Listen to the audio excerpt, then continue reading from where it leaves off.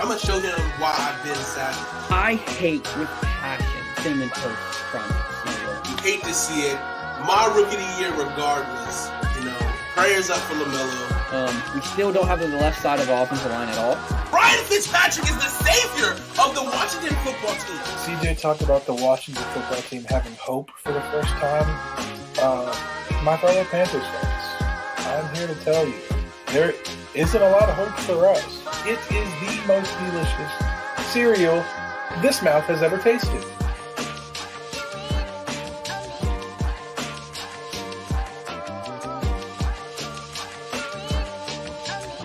I will put money. I will go on air and I'll have an apology to you if Josh Allen does not take a step back this year. If Josh Allen's numbers do not stay the same or get better, I will come on and say that I'm just a really salty Minnesota fan. But I want you to come on. Stick on it. No, how much I'm is the step back? 1,000 yards? It's not about yards for him. It's about accuracy. I'm saying PFF completion grade, because it went from like a 58 to like a 60 something. If it goes in the middle, right? It goes in the middle or a little bit. I'm right, right? I'm right, and I want you to come on air and say that I'm a salty Washington football fan and I don't have a quarterback. Remember that. All right. Previously on Hate to Pile On, this is Kyle Curtin's butthole. He hurt right now. So you're saying Julio in San Fran? Dallas will win this game because I believe Ezekiel Elliott will have.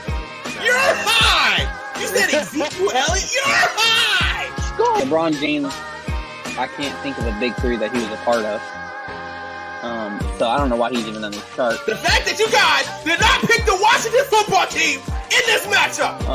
And the Bulls didn't play anyone, so it's okay. I'm okay. Dallas for the win. This is ridiculous. That's barely a big two. I want Iguodala. Score.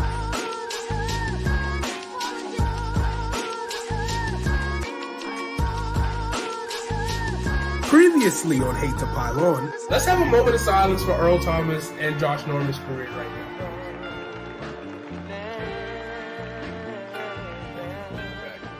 And the first thing that I want to bring to the table this week is the fact that,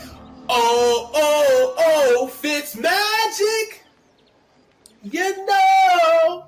I'm like a chicken leg, a turkey leg man myself, so I'm gonna let them eat the kneecaps, and I'm gonna just pick up the legs, and I'm gonna eat the legs. I hate Aaron Rodgers anyways. All right. Well, we'll just wrap it up with just saying this. He's a bad man. And in honor of 316 to Stone Cold.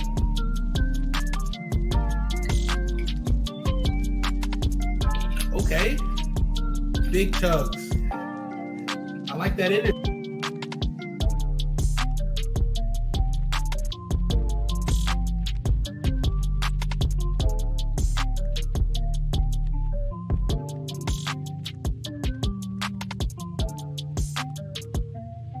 The NFL has been crazy, just like Jonathan's assumption of thinking he's a good football player back in Cane Bay. Let's just talk about this craziness of trading. You're talking real reckless right now. I'm not talking reckless. I'm just talking. Can we have a conversation? Can we have a conversation, Jonathan? I don't understand. Like, why you see? There's no shade. There's no shade whatsoever. No shade. You're saying. I'm just talking. But there's some big shade.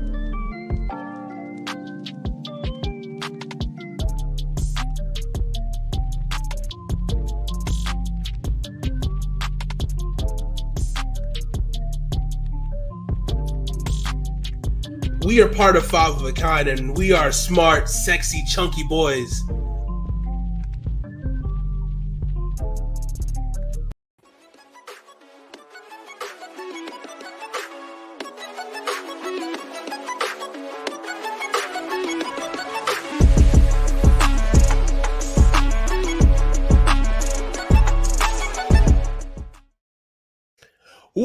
What's up, ladies and gentlemen, and welcome to Hate to Pile On, one of your favorite sports podcasts here on Twitch.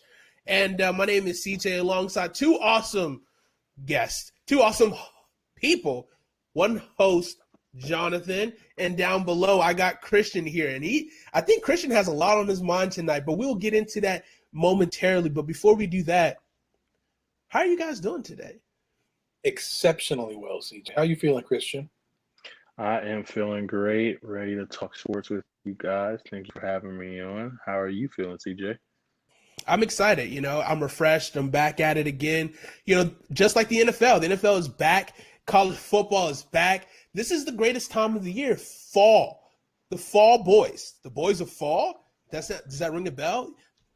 It does. I haven't heard that song in a minute, but it does kind of slap. It does. For the genre.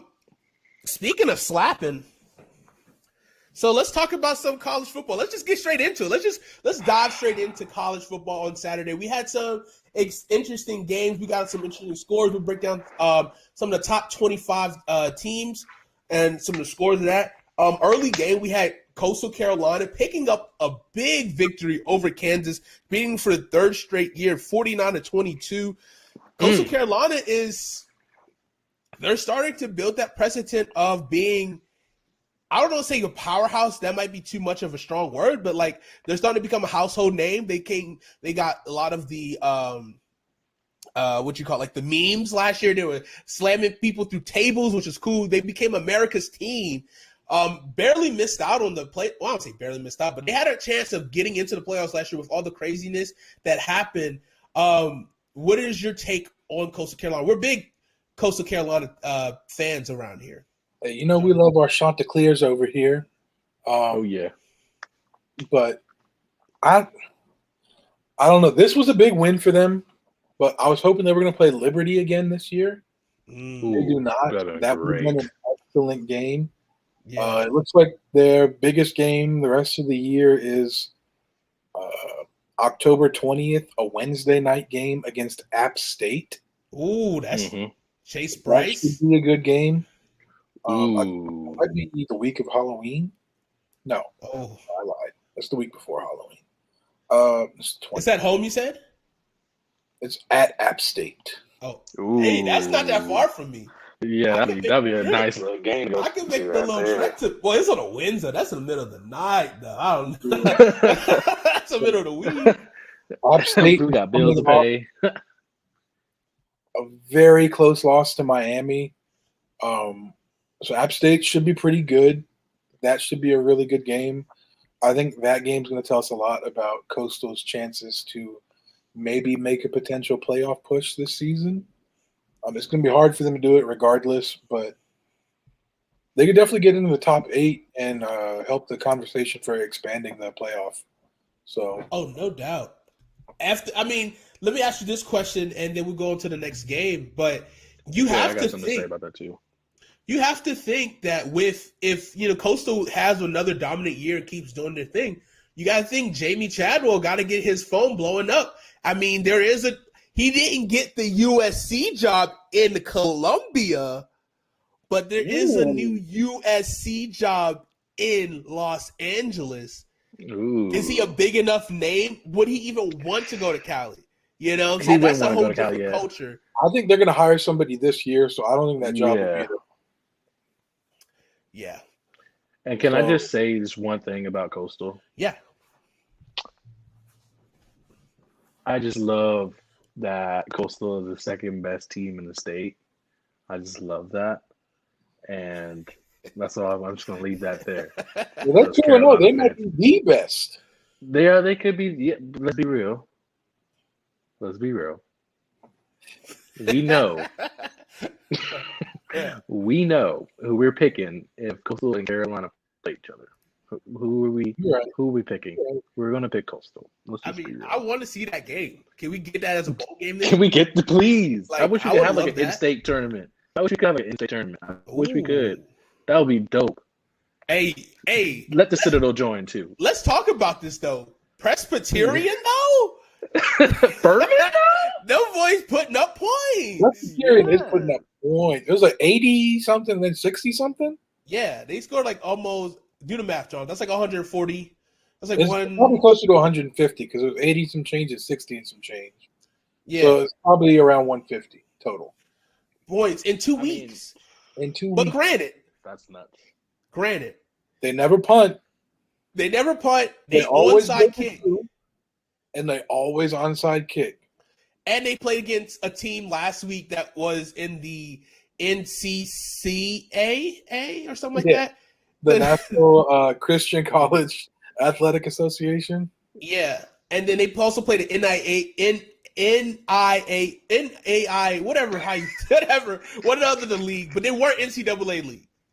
So they got a big test this week against Campbell. We'll be watching. We got our eyes glued on the South Carolina football team, whether it's college, whether it's high school. We got our eyes peeled, same as in the state of North Carolina. We got the Carolinas on lock, so we'll get you guys all that you need to know about it. But Presbyterian's a school that is electric if you just want to see a headline. And so just seeing the headline alone is like, wow. But we'll see if there's real fire behind all that smoke they've been blowing. You We'll know see who this the week. number one Presbyterian hater is? Who? Jeff Cruz. Ohio. Because Jeff Cruz, if you're not from the Charleston area in rounds, before when did he become irrelevant? Like 2015? That's when he got fired? 2012? 2013? Did he get fired before or after we graduated? He got fired from Berkeley after. So maybe like 13, 14 maybe? 14, 15, somewhere around there. Yeah. So Jeff Cruz, okay, he was our head coach. He was the first head coach in K-Bay history. Let's do a quick history run. But then he left us to become the coach at Berkeley High School, which is a prestigious school that has a lot of history in winning. A lot of big players that left that school. And then our defensive coordinator, Gary, gave us a very rousing speech in the locker room after Jeff left us. I bleed black and blue. I'll never leave you guys. Next day, we go to practice. Where's Gary at? Oh, he went to Berkeley. From middle of the week. The next day. This man made like the Indianapolis Ravens. Or was it the Baltimore Colts? Wherever the team was that they left in the middle of the night and was gone. Crazy. It was a craziness. They wouldn't even shake our hands the next time we played them. Did not. And the fact is that, like, Coach Cruz, Jeff Cruz, wanted to not punt. He didn't think he was going to punt. And then they proceeded to get their behinds waxed until they got forced into submission to punt that season. And it wasn't a good season for him. Then he had issues with administration, and now he's gone. No idea what he's doing now. Maybe we'll do where is he now? Maybe we'll do some investigative reporting. Who cares, actually, to be honest with you. Good riddance from Jeff Cruz. But crazy times in South Carolina high school, We had a lot of talent in this low country. We have. We definitely have. But would you guys pay to see an NCAA tournament? Oh, for sure. I think. And I would put 2 D2 schools in that tournament just to see how far they go. And I gotta Newberry and who? Yes, sir. I knew he was gonna say Newberry. I knew he was gonna. Yes, sir. But who else? I mean, I guess what other D2 school South They're Carolina not has? D2. They're Limestone? not D2, but I'll just try. Oh, is that Limestone. fair? Is Limestone good? It's pretty new. I would put CSU in it. I know they're a D2 school, but I put CSU in it. They kind of no. They're kind of stinky right now. I mean, we could do Limestone versus Newberry. We could do like CSU versus Presbyterian, or maybe Citadel. Yeah. And then Citadel, Furman. South Carolina versus South Carolina State. See if they win that one first. See if they win that one first.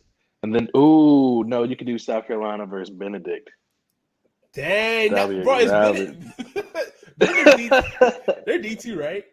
I have no idea. I couldn't tell you, man. That'd be tough. What's the school I could think of? Benedict. Benedict. That's hilarious. I would say Winthrop, but we know they don't do it. And we would say College Charleston, but we know they don't do nothing. Hey, they both undefeated though. Because they never play nobody. Come on now, let's be real. So Limestone's first game this year, they lost 37-16 against North Greenville, and then their second game got canceled against St. Augustine. So let me see if I can go back to last year's schedule. Or actually, let's go back to 2019. See, they played Newberry. They had to. Yeah. So Limestone played Newberry in 2019, last game of the year, lost 14-7. They were 3-8 that year. Yeah, they don't need to be in there. Yeah. Newberry's tough every year for some reason. I'm telling you, they get these high quality players, dude. They do. I mean, and that's the thing. There's a lot of talent in South Carolina, and some guys just don't got the grades to go D1. And Newberry can scoop up some guys, and they got a good coaching staff. A lot of guys who went to Newberry around close to the time when my brother went to Newberry, when my older brother went to Newberry College, and he was kind of like one of the first classes that kind of rebooted that Newberry before they were the Red Wolves, and a lot of those guys graduated, and now they're like coaching at Woodland. At least last time I saw, I don't know if they're still at Woodland, but they're getting guys into the system and help building talent and pushing those guys up to make it to the next league. And a lot of those guys signed with Newberry, of course, kind of got the easy connection, which is pretty cool. So yeah, for sure, Newberry is definitely a good school to go to for sure. Since we're in the state of South Carolina, let's talk about South Carolina and their game that they had on Saturday. And what a barn burner it was. Wake me up when y'all done, okay? Let me pull up the. They're not in the top 25. Hold on. Let me go to SEC scores. Final score: they beat Ace Carolina 20-17 on a last-second field goal. Yes, and that game was swaying. They had their back and coaching forth. assistant start for the game. What? So tell me the situation. I thought it was only like a one-game situation that they needed a quarterback to start for them. Is it a COVID situation, or is it like an ACL or like a big injury situation for someone? They have DeCarrion Joyner, who they recruited as a quarterback on the roster. Yeah, he's playing wide receiver for them. And now he's just an athlete for them now. Now he's playing receiver, but they recruited him as a quarterback. I don't understand how they're allowed to play. They don't like black quarterbacks. Let's just say it. They don't like them. Let's be real. But I'm just saying, South Carolina doesn't like black quarterbacks. Well, because he still had 1 year eligibility because of the COVID year. Yeah. They never give my man a chance. Which is wild. So, is he going to be the quarterback all year? Or is it, what's the situation? Do you know? I don't even know what happened to the starter, to be honest. Mm-hmm. What's his name? He came from Colorado State with Mike Bobo. You remember his name? That's the problem. What's his name? Exactly. Exactly. I mean, they are 2-0, and they have a big test this week. Colin? Big test. They play Georgia, right? They play Georgia this week at Georgia. I'll fucking wear Georgia colors all fucking week, bro. Fucking kill them. Oh, I can't stand South Carolina. Yo, I think we should go to the state championship game this year. I haven't been to a state championship. I think it's in Columbia. State championship game? What do you mean? South Carolina versus Clemson. Don't call it state championship game. State championship game be us against South Carolina. Don't put South Carolina and championship in the same sentence, okay? Don't put them in the same. Don't put those two words in the same sentence. I'm just calling what I always known it to be called. Presbyterian will beat them right now. Got to hear it. East Carolina. You know, I knew their team was bad when I went to go place a bet on FanDuel Sports, and they had East Carolina winning this game off rip. That's when I knew South Carolina is not doing something well, bro. And I don't get it. I don't understand. Maybe it's player development. I don't know what's going on. And that's the thing. They get talent. That's the thing. They get a guy. They have a guy constantly. I won't say every year, but they get a real good guy every other. J.C. Horn just got drafted first round from USC last year. Brian Edwards. Brian Edwards from USC, right? Yep. Big hero. We'll talk about that a little bit later when we talk about NFL. Big hero last night for the Las Vegas Raiders. They got guys, but it just had Deebo Samuel, a bigger hero. They just never had a quarterback. They just never had the quarterback. And like it's always kind of been like, I want to say before the last era with Alabama, because like Alabama was always a team that was like loaded every position, and the quarterback was kind of like not top tier, but was good enough to like run the offense. Now, ever since they got Tua, and then they got Mac. Well, I don't know if Mac Jones was highly recruited out of high school. Excuse me. No, the highest one they got was Jalen. Oh, Jalen right Hurts. now? No, I'm saying Hurts. Alabama when they had Jalen Hurts. That's when they started this whole dual threat quarterback stuff, dude. Yeah, and they started getting top guys. Tua, they had Talea. Then they had what's his Chase? Not Chase Young. Who's it's Young's? What is the quarterback? Chase something Young. Bryce Young. Bryce Young. There it is. He's nice. Down there. Which, I mean, this man, it's kind of unfair how he's playing football. Like, at least from I didn't watch this past week's game because they're playing against Mercer, but last week, that's how he just stood in the pocket and just was chilling and just calm, cool, collected, and throwing the ball. And he's a freshman? Yeah. Or he's redshirt freshman. So he could play one more year. Because I know that because him and DJ Uyunglele played against each other in California all the time. And there was always good high school battles. I think he played for Modern Day. And DJ went to St. John St. Bosco. Yeah. So I know he's nice. Modern Day about to pick my weak ass motherfucker to their quarterback. So I know he's nice. And it's wild because a lot of these California quarterbacks are leaving the state and going to the SEC, which is like before that was kind of not a thing. The USC, because them boys stink. No. Clay Helton. Yeah, he's gone. He's out of here. I mean, UCLA looking kind of nice this year. Do. Chip Kelly's starting to get that team. He cooking up a smoothie down there. Do y'all believe Oregon? No, we can't get into that. But how did y'all feel about the Oregon Ohio State game? That's what I really want to talk about. I was hyped. It's good seeing. Like the one thing I do like about college football is the fact that a team can change so drastic in one season, right? And so just like I like to see a different look who's going to be contending for the championships. And I think that's more exciting for me because I would say I'm more of a casual fan of college football, but I think I'm getting more into it this year because of, you and Jonathan and Kyle. And so I've been watching pretty heavy. Like, I got guys that I'll go and watch, like Lane Kiffin. I watch him because like I like Lane Kiffin and people like that. The offense is killer. It's cool seeing like powerhouses become good. I mean, I would not hold my breath on Texas. I just wouldn't. But the fact that Oregon is starting to becoming Providence again with a huge victory over a Big Ten team, like they could, if they continue this, they could find themselves, that fourth spot into the playoffs this year. They do got a couple other guys. I don't know if they play Arizona State, but that could possibly be a team. Let me check. Arizona State they have talent. I love Herm Edwards. That's why I watch Arizona State games because of Herm Edwards. But like they don't really have much of a passing attack. I watched a little bit of their game Saturday. They run the ball very well, but they only have Daniels and whoever their lead back is, and that's their only rushing attack right now, which they both rushed for over 100 on Saturday, which is good, but they weren't able to spread the ball out. Their next big game it won't be next, it'll be in October.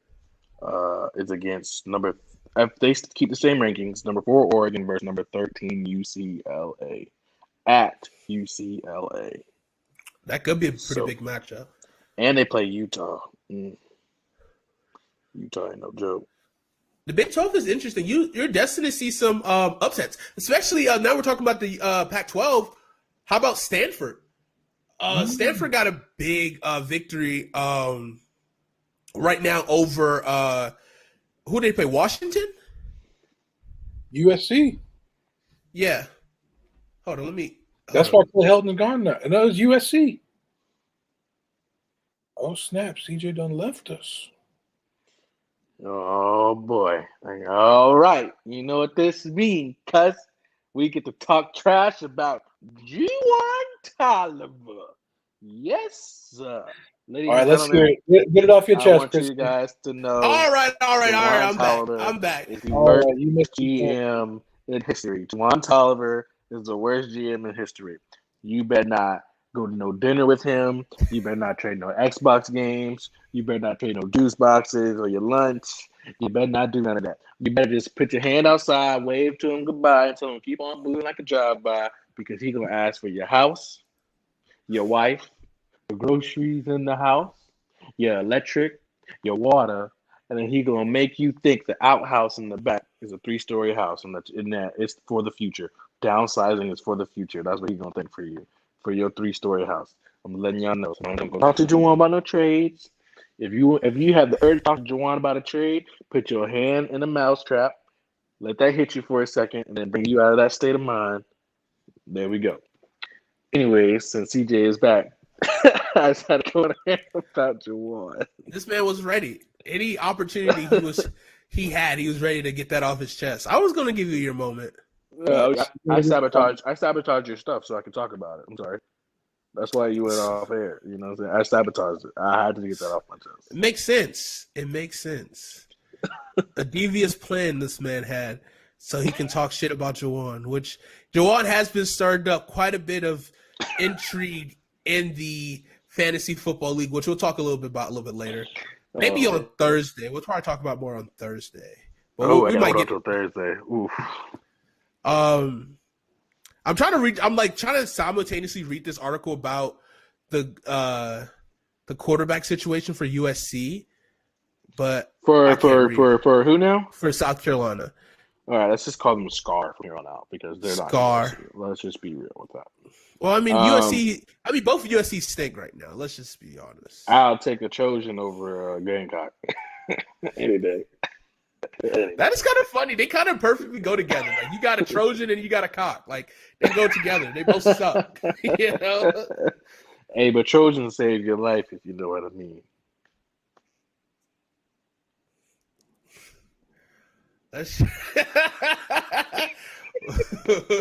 What did Wayne say? Wayne said, I don't know. You better wear a latex because you don't want that latex. Ooh. Saying that she latex? Motherfucking bars! You don't know nothing about that. Oh, gosh. That's funny. Oh, man. So do you think Oregon will stay there? Do you think Oregon will stay at number 4? Let me pull up. Let me see if I can pull up. All right. I don't think so. So talking about Oregon, let me bring this up. So their best defensive player got hurt week 1. Davon Thibodeau, defensive end. Yeah, but they went to the shoe though and won. Didn't play against Ohio State. And then their top 3 defender on their team, defensive player, Justin Flo, linebacker, got hurt against Ohio State. So now they're down 2 of their top 3 defensive players, potentially for the rest of the season. Yeah, I mean, and I'll be honest with you. Like, I didn't think they beat a number 3 team, yes, but I don't think they should have jumped from 12 to 4. I don't know. I guess maybe I'm weird about it, but I don't think they should have jumped that far ahead. But I was a big believer in Oklahoma.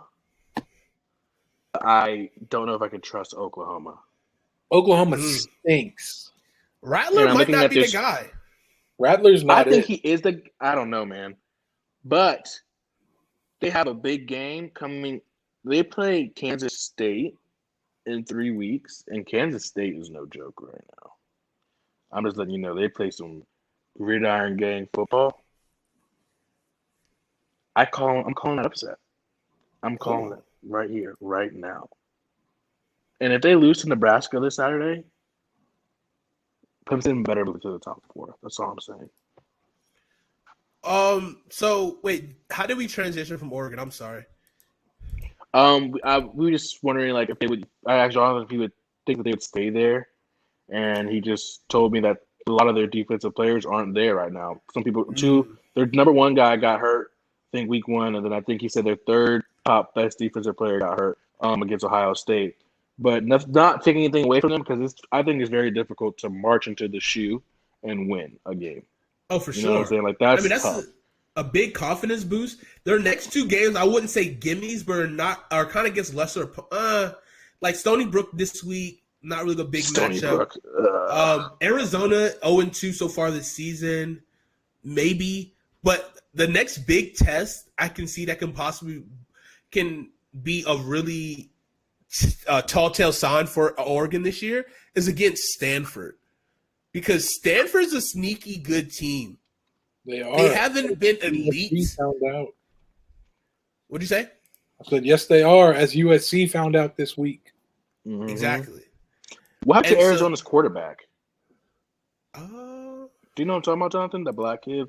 Oh, he was so nice, but he never got a chance. Sorry, I just looked at the schedule and saw Arizona, and I was like, oh, that's terrible. Sorry. No, I don't know who you're talking about.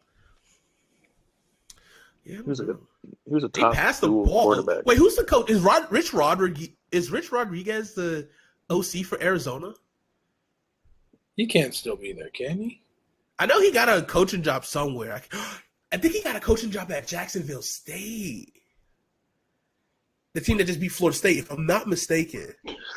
That was No, he's University of Louisiana at Monroe. Never mind. Mm-hmm. It's not showing me the coaches. That stinks. But yeah, I think that should be interesting if they can handle business with Stanford. Oregon, then their next big opponent will be UCLA. Well, they'll have Wait, that's the wrong people. Oh, the Cal and UCLA and Colorado. Yeah, UCLA, Colorado, Washington State sneaky. They always can put up points. Utah. So I don't know. Right now, Stanford is number one in the North because they did get that conference win. So, and then right now, I mean, no one has a conference win in the South, but you got Arizona State and UCLA pretty much going to be probably the top two teams. Maybe Colorado to see how things shake out. So Pac-12 could be interesting. So they might have some representation this year. Yeah. I just think this is going to be the most fun of college football. I hope I so. don't, it's good to see the Pac-12 be good again. Because the last couple of years, there's really only been 3 conferences that matter. That's the SEC, the ACC, and the Big Ten. Because, you know, Alabama, Clemson, Ohio State are making the playoff. And then there's one. They throw Notre Dame in there and team that could get it. Wax. And it usually went to another SEC team over a Big 12. Or it should have, because the Big 12 stinks. And anytime Oklahoma went in, they just lost immediately. Correct.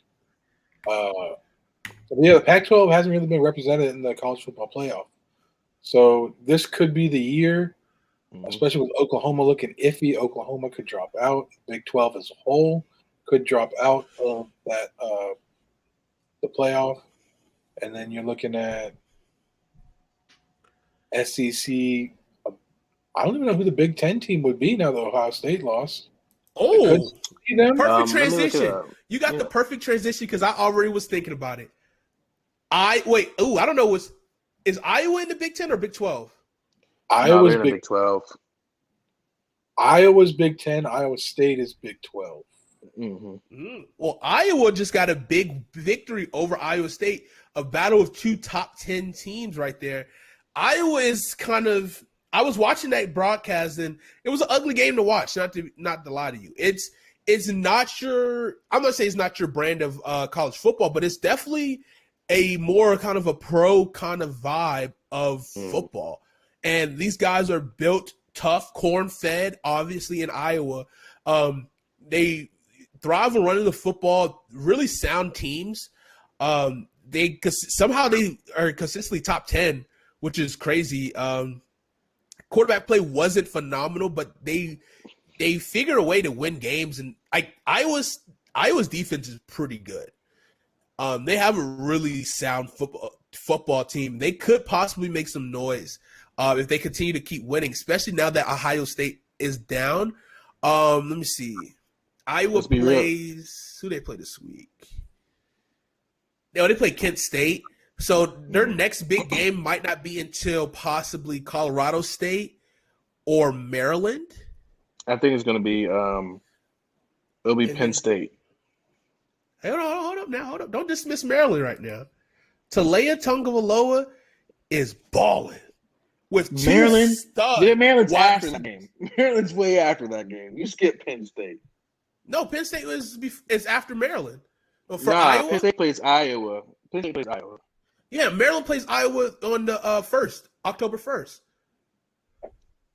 October 1st. No, Penn State plays Indiana on the 2nd. Yeah, what are you talking about? Iowa plays Maryland. I'm looking at Penn State, and you're looking at Iowa's. My bad. My bad. I apologize. But I think Iowa jumped up to the top 5. Yeah, I didn't even pick that. Yes. So Iowa could be that team that slips in the top 4. I don't know, they're kind of sneaky good enough to be like, how? Looking at them, it's kind of weird because their quarterback's number 7. They got the same colors as Pittsburgh Steelers. They give me Pittsburgh Steelers vibe, but in college. Because the defense is really good, but the offense stinks. Yeah, pretty much. Really sound team. They always get a guy who just got high. They just got high motor guys. You know what I mean? They just got a bunch of those high motor guys who just really good integrity guys, and they get a lot of 2-star guys, and just they kind of buy into the team system, and they kind of really get that thing going. It should be interesting. Team. Oh yeah, just like their basketball team. I don't know if Colorado State is a team this year. They're 0-2 right now, so maybe not. But Jesus, Colorado State quarterback last week, 49 for 80, 542 yards and 3 touchdowns, and they still lost. 49 of 80? That's many passes he threw? He threw 80 passes, completed 49 of them. Who did they play? I gotta figure out who the heck did they play. Oh my God. That is insane. That's how much he threw in 2 games. That's how much he threw in 2 games. Oh, that's just okay. Okay, yeah, that makes sense. That makes way more sense. It has to, brother. He threw that many passes. Yeah, it's season leaders. I apologize. That's a Washington State right there. I was like, that's insane. It's 80 passes in 1 game. Did the other team touch the ball at all? That's what I was about to say. This team might stink. They lost to Vanderbilt, and they lost to Vanderbilt. South Dakota State. That's not a good sign, losing to Vanderbilt. Or South Dakota State. That's not a good sign, Vanderbilt. It wasn't even North Dakota State? It wasn't even North Dakota. Even though South Dakota State is a good team. They have a solid team, but they just, most of the time, they don't be able to beat their brother. Their older brother. Or their, brother. Yeah. But, yeah, not a good sign.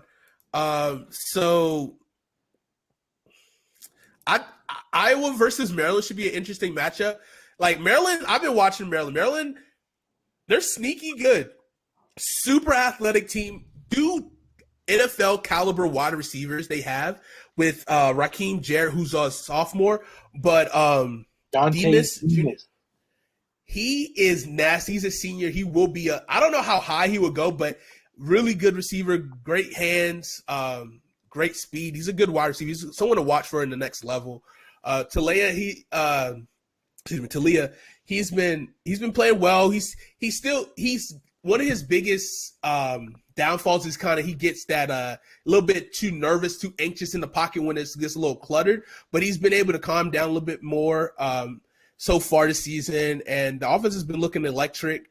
So we'll see what Coach Lockley can have for Maryland and see how far they can go. 2 big victories the last 2 weeks. Big victory over West Virginia week 1, and then they beat Howard pretty easily this past week. So we'll see if Maryland has the tools, because they got a lot of talent. Maryland has a lot of talent. They're trying to build that thing, especially with a lot of homegrown guys for sure.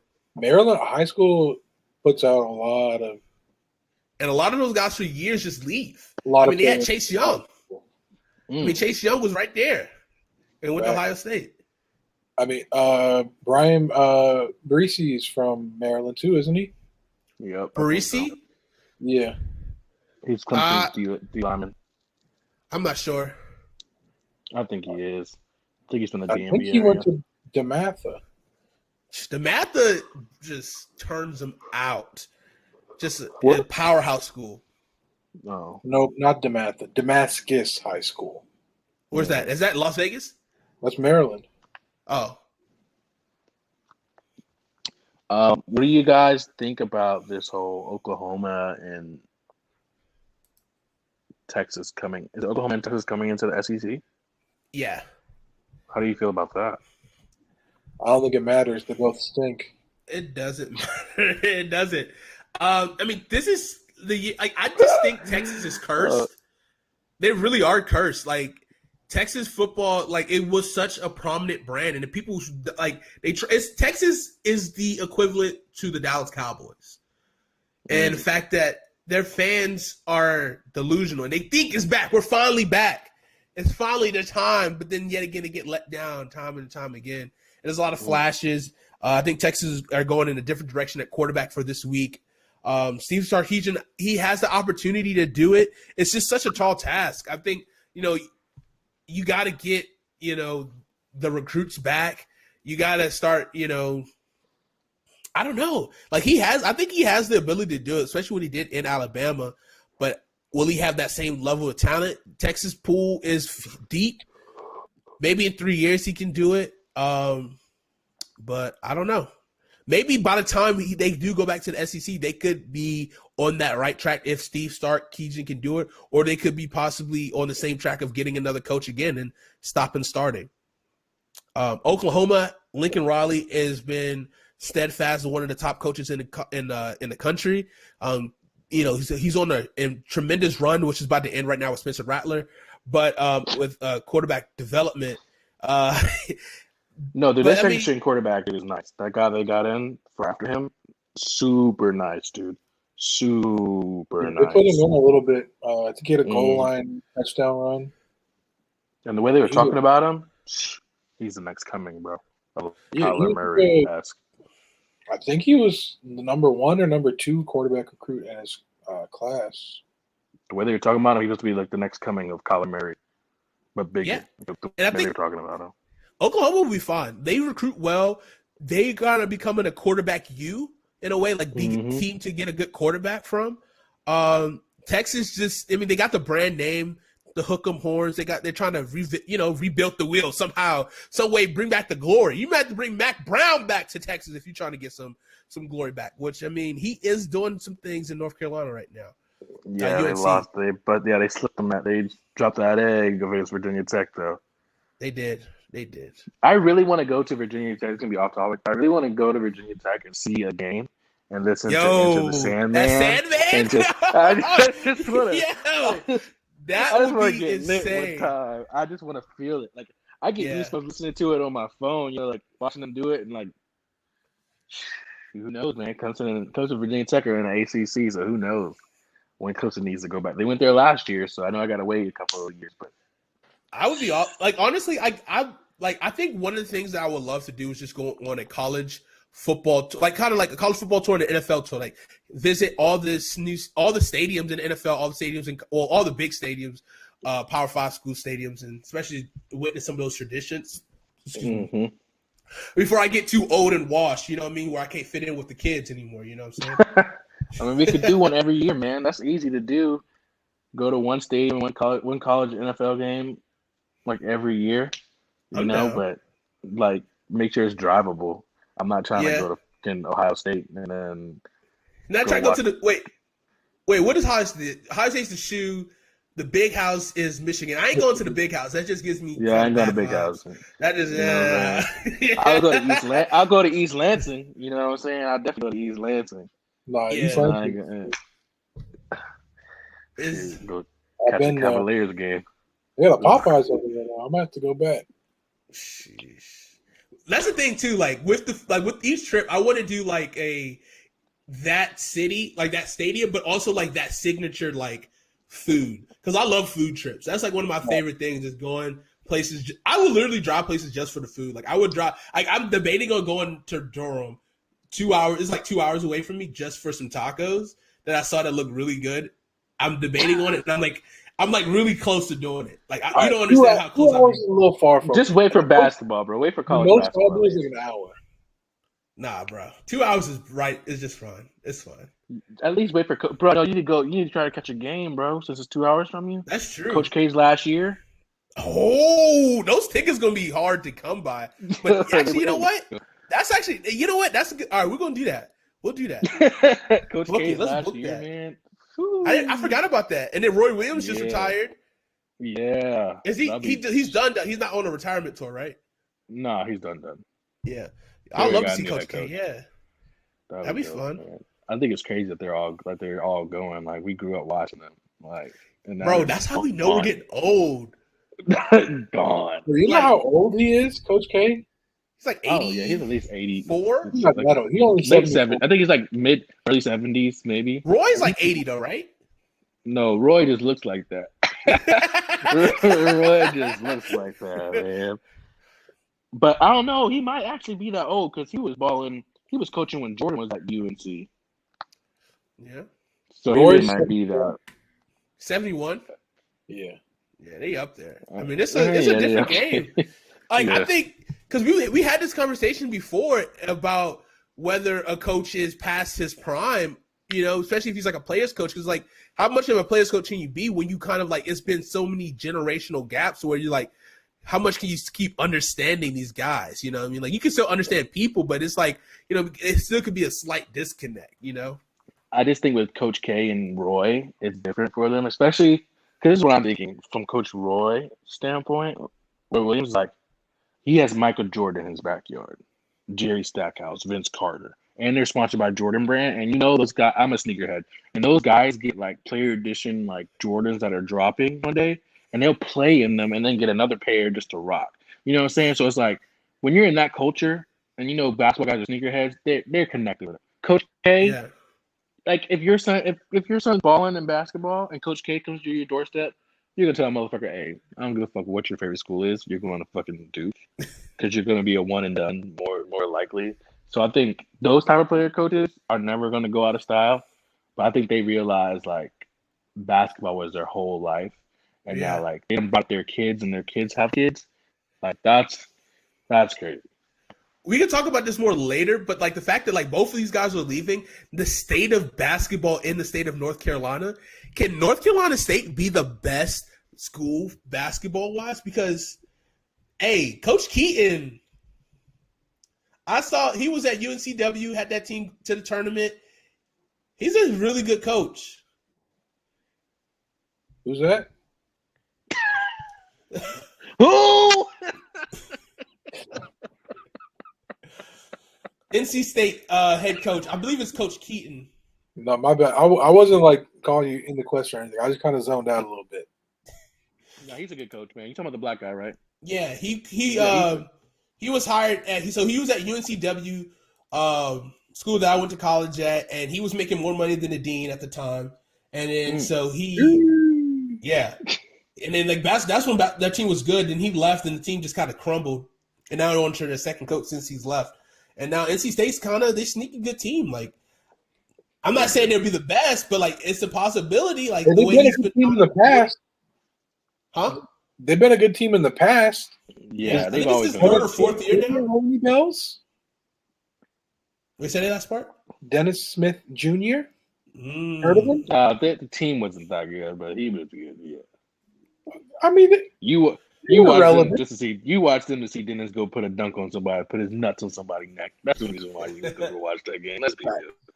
Yeah, but I like him as a coach. Him and that coach at Houston, who like try to get these like black players to come to these big schools to be able to show off their talents and show like you don't have to play for the white coach. You know what I'm saying? That's not Shaka, is it? Nah, Shaka coaches at Texas now. But same thing with Shaka, dude. Shaka is nice too. I mean, didn't they fire him at VCU? Yeah, he was at VCU. I don't think they fired him. They went pretty deep in the tournament, or they went deep in their conference tournament. So I don't think they fired him. But who knows, man? You might be onto something, though, man. You really might be onto something. Marquette. Shaka's at Marquette? What? Yeah. Bro, these Oh, coaches wow. be changing fucking teams like it's fucking hats. What the fuck is this? If he went to Marquette, that sounds like he might have got fired. Yeah, had to. Or maybe no. Where's his hometown from? Where's he from? No clue. Because that's the thing, though. A lot of these coaches want to coach back to where they came from. Like if I was coaching basketball, He's from Rhode Island. and where's Marquette? Marquette's like Illinois. No, it's I was about to say Michigan, but it's not Michigan, is it? I think it's like near Chicago. I thought. Wisconsin. Oh, Wisconsin. oh shit. I knew it was north. Somewhere. I ain't gonna lie to you, bro. Luckily- My geography, like, I barely know where you at, Jonathan. To be quite honest with you, but like once you kind of go a little bit turn off the East Coast a little bit, I'm I'll like, just be like up I'm here. like middle of the globe. You taught me something. Marquette's in Wisconsin. Bro, I had no idea. No wonder why Dwayne Wade had to show out. That nigga was ready to get out of Wisconsin, dog. He was Bro, tired but of then he us. went back to Utah. He went to Utah. He liked it. He was like, you know what? It was white people and peace and quiet out here, and I didn't find no black people. But I fuck with Is it these white people Stockholm out here. syndrome? Is that what it's called? Is it called Stockholm? Yeah. Oh man, Wisconsin, All right. I would have never known. Yeah, honestly, yeah. Those are like schools I just be like, Ooh, I didn't know Rice was in Texas. Never knew that. Did not Which know way? Rice was in Texas. Rice. Nice. yeah, that's Houston, I think, right? I did not know that they were in Texas this whole time. I thought they were somewhere in the south, like south as in like southeast. Like Did not Alabama know or that's it. something. Yeah, what the fuck is that? All right, real quick before we go to the NFL, let's move. Let's talk about some real quick scores. Ole Miss beat Austin P 54-17. Utah lost to BYU 26-17. Excuse me. App State almost put up the upset over Miami, which would have been big time. But Miami's struggling against App State. Not a good sign for them, but they got a victory nonetheless. UNC took care of business against Georgia State. Auburn decimated Alabama State 62-0. I'm trying to think any other notable That's my sleeper games. team. That's my sleeper team for next week.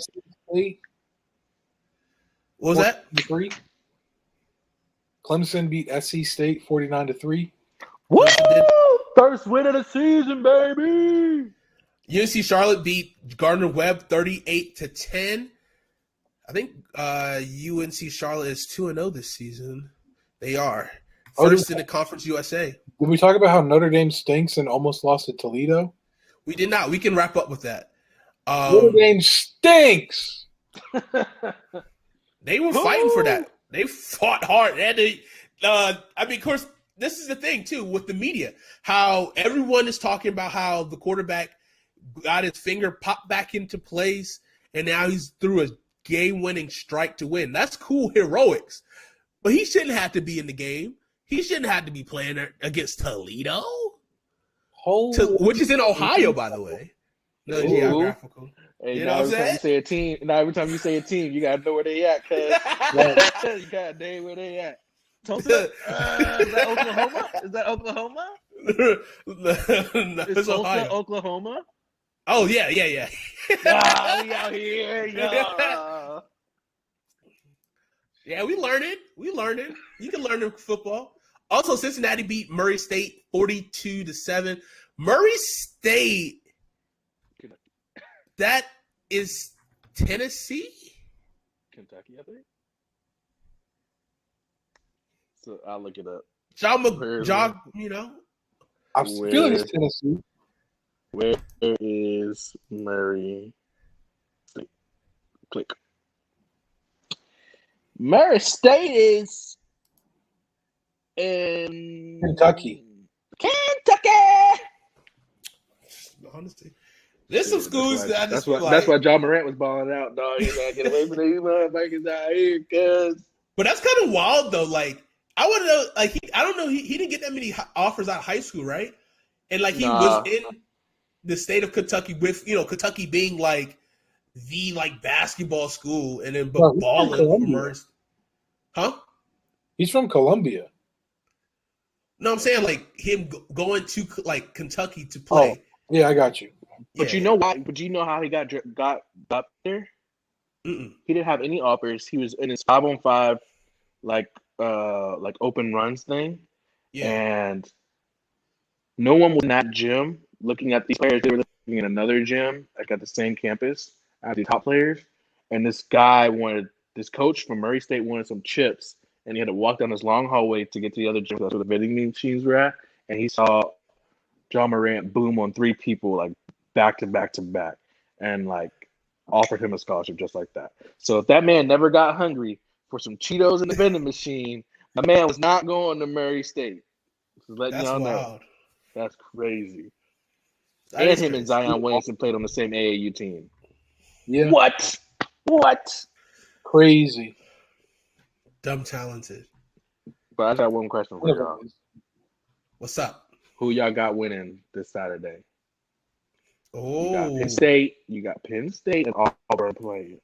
That's gonna be the top game, and I hope it's a whiteout game because I love seeing I think it Penn is. State. He's a whiteout. I love seeing Penn State in the whiteout game. Love it. Versus Auburn, Bo Nix. They're number Auburn- 10. Penn State's number 10, and I think Auburn's number 22. And if Penn State wins this game, potential top 17. Auburn's gonna win a football game. Auburn's gonna win a football game. This got to be the game day game, right? It has to be. There's no way it can't be. Because they fooled us with that fucking Iowa State game. Fucking fooled us. I never thought I'd see a rival game. Actually, in week it 2. might not be because we got Alabama and Florida. I don't think that's a game. Let's be real. Okay, let's be honest. Let's be honest. It's not. Come on. Because you had my man Nick Saban mad that his team played a full collective 60 minutes. And Arizona they State beat the YU. Okay, now we're getting somewhere. I think it might be the college game day. I wonder who it is. It's probably Auburn Penn State though. That feels like the best game. Yeah, that feels like I think it's at 8:30 or something or 8:00. I'm 7:30. interested for this Tulane Ole Miss game and see how good because Tulane kind of has a sneaky good spread offense that can put up some yards. I kind of watched a couple games that he had, but Ole Miss defense is much improved. So I'm interested because they gave Oklahoma some work week 1, and against Ole Miss. I mean, Ole Miss defense is much improved since last year, but I think that should be a fun game to watch if you like offenses. Yeah, college game day is going to Penn State this weekend. That makes sense. Shit, we might as well go ahead and take a trip, y'all. Yeah, that's like my thing. I really want to go to a college game day. But that was like, I want to go to a college game day. Well, we were almost there. It was in Charlotte. It was, bro. I didn't even want to leave my house that weekend, bro. To be quite honest with you, I left as soon as Clemson's football buses. Like I was leaving Charlotte as Clemson's buses was coming in, and the traffic was already terrible leaving Charlotte as it was. I was so mad. Like I know it was like I'm only like 7 minutes away from my house, but it still took me like 20 minutes. You should have walked. Hell no. I almost went to that first take when they had it at the Panther Stadium first take that one time. Really? Oh. Dude, Kevin Hart was there and everything. That was dope. Oh, I should have gone, but it's okay. It's okay. So yeah, I got Penn State or Auburn. I'm gonna go. Penn State, like Bo Nix is a pretender. Bo Nix is not good, but Penn State as a whole is also not good. So I'm gonna go with Auburn. Let's go, Tigers. I think I'm gonna go Auburn too. Okay. A little risky. Like Bo Nix stinks, but all of Penn State stinks. So. But it is in Penn State though, so that's also a big factor. That away game. For sure. Tank Bigsby got to go for 197 and 3 tutties. Jeez. That's disrespectful numbers right there. Bo Nix will have 4 touchdowns. No, they're going to try to keep the ball in Bo Nix's hands, so they're just going to feed Tank. Bo Nix will have 4 touchdowns. Bo Nix stinks. Bo Nix will have 4 of them. I'll choose Bo Nix over South Carolina any day. I think that's been that's All been right, stated.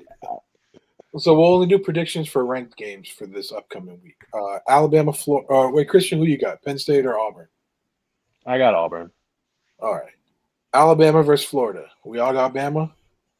Yeah. All right. It is. But if the Florida. money line is sweet, I will throw a little cash at Florida just in case if that money line is sweet a little bit. It's Alabama's favored by 14.5. Oh yeah, it's about to be sweet. Go ahead, take that. Not you got that a little bit. Let's see. Arizona State, BYU. I don't know. Arizona State. I want to say Arizona State, but if they need to have that passing attack, then pass attack has to get better. But I'm going to Arizona State because I am a homer, but I don't like it though. I'm gonna go with Arizona State too. I got to rock with Uncle Herm. Yeah, for sure. Who's next? That's it for like 2 ranked teams this week. There's only 3 games. Who we got? I mean, we got Coastal over Buffalo. Facts. Michigan State and Miami. Hold on now. Remember last year, Buffalo's running back went crazy with all them touchdowns last year. Let's be real now. Patterson. Is he back? No, he plays for Washington now. He plays for Washington, baby. Undrafted free agent. Free agent. And made the squad, which also a fun stat. I think there's been like 20 or so less undrafted free agents that made the rosters this year than it was in previous years. Because I think it's normally the range is between like 50 to 70. And this year was like 40-ish, 50, around that number, if I'm not mistaken. Fun stats. Well, yeah, Michigan State, Miami, though, that could be interesting. I don't even know if Michigan State's good. Michigan State, Miami? Yeah. I'm getting Michigan State. Michigan's 2-0. Michigan State. Miami stinks. They got a victory over Youngstown State and Northwestern. I think I'm going to go Michigan State here. Let's go. I'm with him. It's a 12 o'clock game in Miami. I got Miami. Okay. What about Virginia Tech, West Virginia? Virginia Tech. VT. Is it average? It's at West Virginia, isn't it? It's at West Virginia. Oh, yeah, I got Virginia Tech. It's gonna be a tough game for them, but they got some athletes. They got that swagger too. Yeah, man, they got that swagger to them. Cincinnati at Indiana. Ooh. Who? Cincinnati at Indiana. Two terrible teams. Wow, Cincinnati ranked, aren't they? 8th. They're number 8. Indiana lost to Iowa and then blew out Idaho. They got Phoenix back, right? Or Phoenix? That's the quarterback? Penix. Yeah, he's back, but he's been bad. You know what? For the last 2 games, he's 25 of 47, 224 yards, 2 tutties, 3 picks. He trying too hard. Like last year, he let the game come to him this year. But you know what? Get that head. I'm going Indiana over whoever they're playing. I'm choosing Indiana. All right, Christian calling his shot. Indiana with the upset. Yo, he fooled the heck out of Clemson fans. I was watching that. Soul. He's like, yeah, not so fast, my friends. I ain't gonna lie, that head kind of had that man tilting a little bit.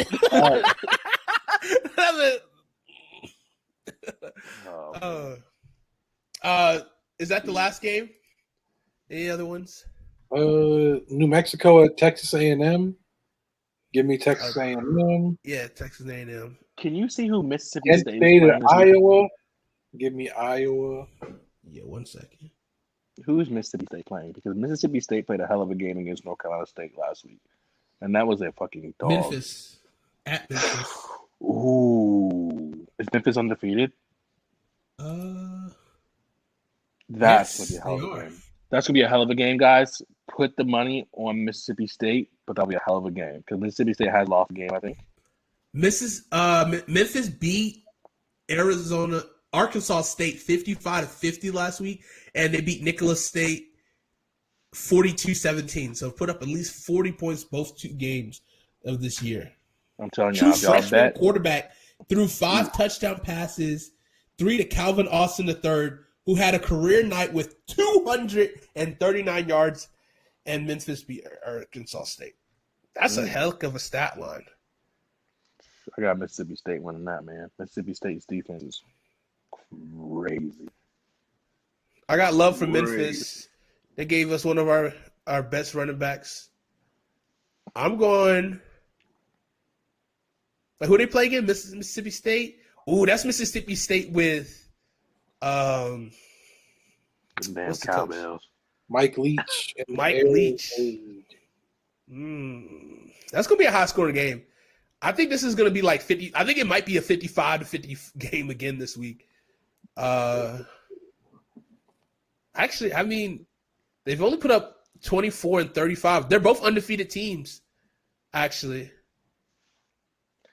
I just saw them play against North Carolina State, man. I was really impressed. I think Mississippi State gets it. I saw them play NC State last week, and I was really impressed.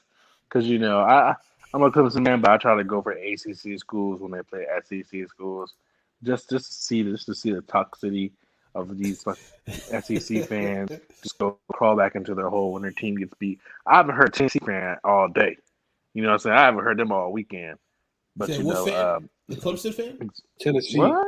Tennessee fan, Tennessee stinks, but I kind of want to go to a game just for free. Like, I'm trying to go to a game for free just to see what's it's like. It's not I just want to see them join the ACC. I want to see them join the ACC. Get out of the SEC. You're not going to win. They could. Join the ACC. Like, we can give Vanderbilt and Tennessee both to you guys. No, we don't want Vanderbilt. Yeah, we don't want Vanderbilt either. No, but the thing is, Vanderbilt is good at basketball, so therefore they'll bring a lot for basketball to the ACC. That's a good point. Same thing with Tennessee. Like, they're somewhat good at basketball, but they're more good at basketball than football. But how do y'all feel about this South Carolina Georgia game?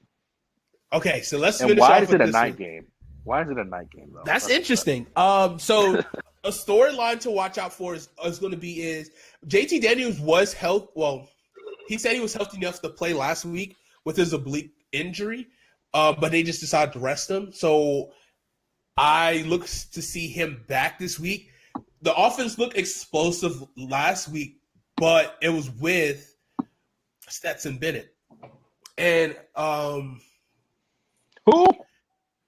Hey, Stetson Bennett started for Georgia last year before JT Daniels came in to the rest of the last few games. Stinky. Yeah. He wasn't even the first starter. He came in and beat I want to say it's not Rashad, it's something Mathis. He transferred out. But JT Daniels need to have a good game if he's playing, because that's going to kind of really start to help Georgia, consistently be a top team this year to contend in the SEC. For sure. South Carolina, I mean, let's just face it. They didn't look good against East Carolina. They had to, they won. I'll give them that. They won the game. They did what they had to do in battle to win. But, Are they going to have a real college football player play quarterback for them this week? I don't think so. He might be the starter all year. They rocking with Coach Zeb again? Because apparently, it said something about you might have their guys out for an extended period of time. Bro, how? How do you have a whole quarterback room out for an extended period of time? Because they took the carry on out of that quarterback room. That's why. Still, college usually have 4 to 5 quarterbacks. 6. Not when you can't recruit. Not when you can't recruit. Very true. Especially because they don't want to play. They probably don't want to expose. They probably can play people, but they probably didn't want to expose some of their freshmen. Maybe they just wasn't good enough already. and they want to keep that red shirt on him. Yeah, No, they got don't want to play him yet. like a redshirt senior transfer and a sophomore at quarterback. And I don't know what happened to the quarterback from last year. He should have another year eligibility. He might have left. Oh yeah, he was good for them. I think they beat Georgia with him, didn't they? Or was that 2 years ago? I don't know. They're calling something. And I will say this for that game against South Carolina, for the South Carolina Georgia game, Georgia is favored for 31.5 points. Jeez. I'm still worried because it's still Georgia USC, and that it's always something weird that happens, especially when we play at nighttime. Whenever USC and Georgia play at night, USC always seems to come alive for some freaky reason. And so I just want us to take care of business this week. Are you, elite players be elite, We put money on it, though. Would I put money on it? Yeah. No. Not for me. I'm just saying in general. I'm not going to take your money. That'd be taking candy from my baby. I'm not going to do that to you, my brother. I wouldn't do it because I don't know. I'm just still iffy about it. Luke Dalty injured his left foot early in preseason, and think we can get really close to 100. So he might be close to coming back. And then he said he was sharing reps with redshirt senior Jason Brown, who transferred from St. Francis in Pennsylvania. He's serving as the backup. St. Francis. I forgot They got about two that. quarterbacks. And DeCarrion Joyner. Yep. Yeah. So I guess coach is the best option until Dottie gets back. Just imagine now if this was, I was like politicking for Jamie to get this job. I was politicking so hard for him to be the king of South Carolina, but they didn't do it. They went in a different direction. USC would be hot right now. It would be fun to talk about, fun to watch. Like, imagine what Chadwell could do with the recruiting allure of an SEC school. Yeah. Plus, he could have brought his dudes over from Coastal. Anybody who wanted to come. Oh yeah, they travel together. He still got the same crew that. I mean players. Oh, yeah. Oh, The automatic transfer rules now. Ooh. So he could have brought Grayson McCall with him. And Likely. Isaiah Likely. 4 Likely. What's the receivers? Oh, they have this one dude who is nice for them for Coastal Carolina. Let me look it up. That receiver dude is nice. Yeah, I can't remember his name right now, but he could have come too. I mean, they could have been looking nice, but we spend a lot of time on college football. We are an hour. We didn't even get to the NFL yet. We are. Well, quick. We could do this Rapido Mundo. Let's figure out this real quick.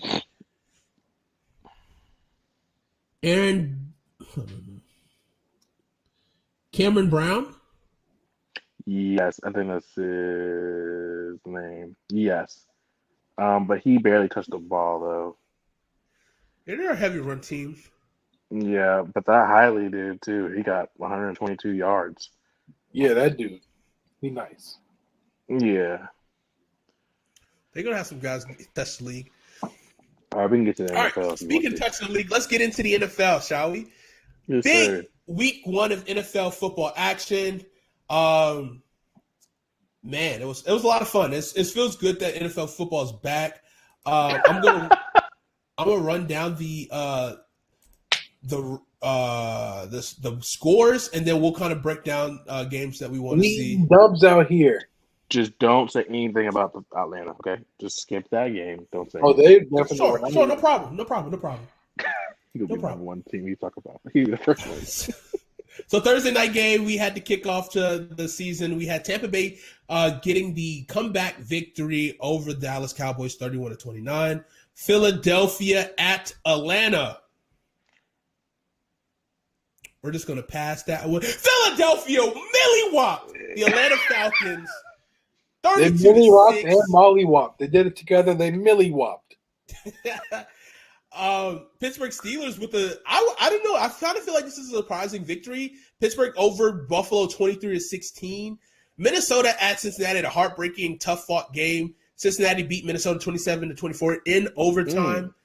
San Francisco beat Detroit with a late, really a strong late push by the Detroit Lions. We call that garbage time. 41-33. Arizona just sacked Tennessee. Chandler Jones was a freaking monster. Let's go, Kyler Murray. Arizona 38, Tennessee 13. Seattle MVP. Strong victory, 28-16 over the Colts. Los Angeles Chargers beat the Washington football team. You hate to see it, 20-16. The New York Jets, or the New York Football Jets at Carolina. The Carolina Panthers pulled off the victory, 19-14. Jets were trying to make it a game late, but couldn't do it. Jacksonville Jaguars at Houston. The game that I kind of was starting to last week. I was starting to think, I was kind of joking around, but could the Houston Texans be good? Who knows? But they got the victory this week, 37-21 over the Jacksonville Jaguars. I was calling for it all year. It was so close to happening, but just Cleveland wasn't good enough to do it. Cleveland loses to the Kansas City Chiefs 33-29. Miami threw a clutch interception in crunch time because that's what he does. He stinks. Very clutch interception. Miami squeaks by with a late game fumble recovery to beat the Patriots 17-16 1-point game. The Green Bay Packers just fumbled the bag heavy. Aaron Rodgers got benched late in the game because it was so much out of proportion. 38-3.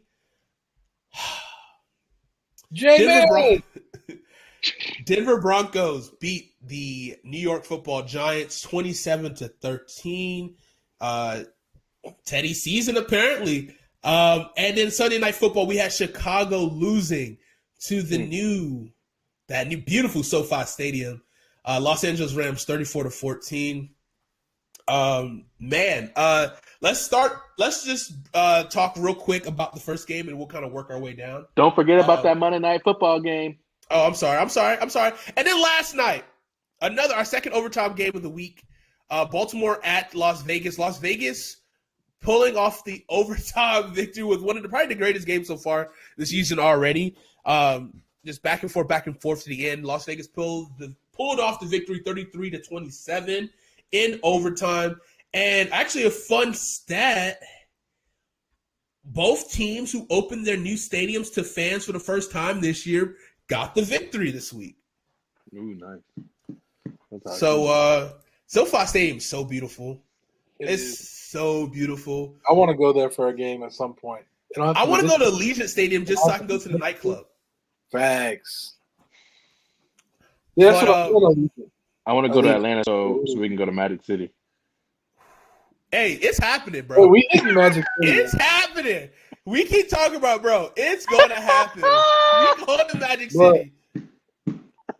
Hey, Lou left the bubble for them wings. Them things got to be hitting different.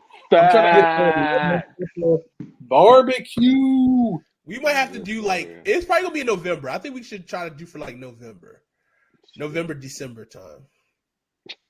We could plot that out. How about this? We'll go for your birthday, Jonathan. How about that? Hey, I like the sound of that. Yes, sir. December 2nd, Christian. Put it in your calendar. You better not forget. All right, here we go. So Dallas and Tampa Bay. Dak Prescott, 403 yards passing. It was a really good game. This was a really fun game. We thought the Cowboys was going to get this one. They came down and scored, but, less too much time. They kept settling for field goals, and they missed 2 of them. Mm-hmm. And they didn't give my boy Zeke the ball either. They did give him the ball. He just couldn't do nothing with it. It's okay. Easy money, yards, baby. My man. Easy money. I keep trying to tell y'all. Boys. Zeke. All right, you can't beat Patrick Mahomes or Tom Brady by kicking field goals. I don't know why That's not gonna teams happen. keep trying to do that. Like, no, you have to score touchdowns. Yes, indeedy. The Cowboys Both these were quarterbacks settling did for do field that. goal. Tom Brady threw for 379 yards and 4 touchdowns, with Dak Prescott 403 yards and 3 touchdowns. And big thing is a rare thing that happens, but a turnover battle. I believe that it was -3, or +3. Which way is bad? Minus. That means you gave the ball away. -3 was Tampa Bay in the turnover battle, and still was able to pull off the victory. That you don't see that happen very often.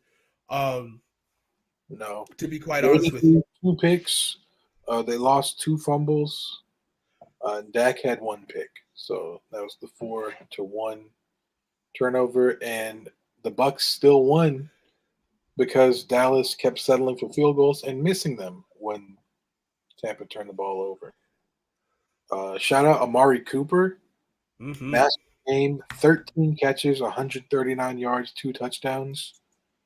AB, not washed yet.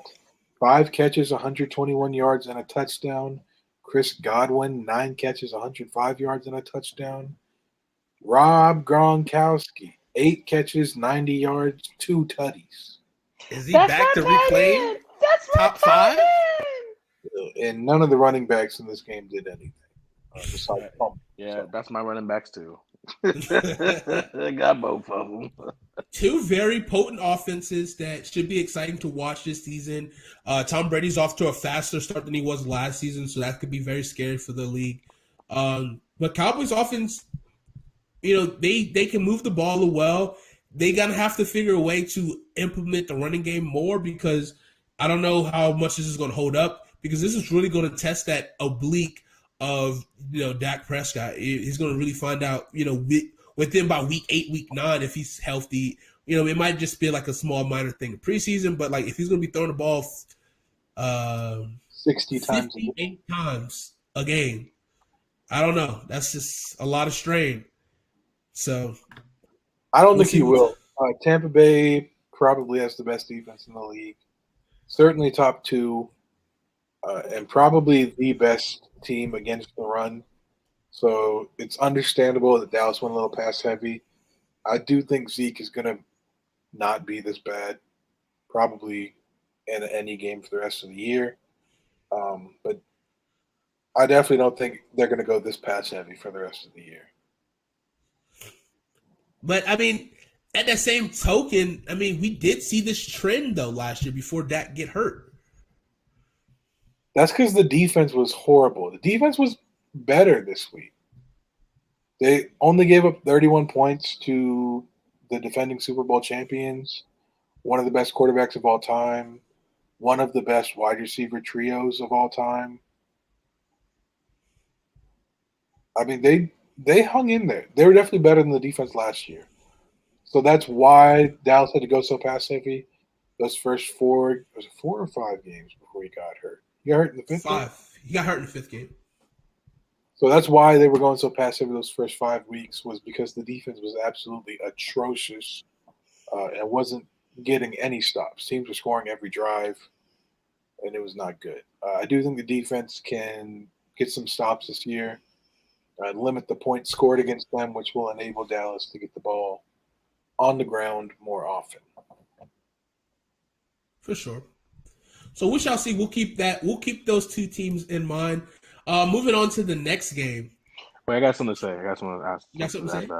I just don't like how y'all didn't tell me if my running back fumbles, OD, he gets OD rated and from behind and then benched. I was letting you know, Ronald Jones is my running back.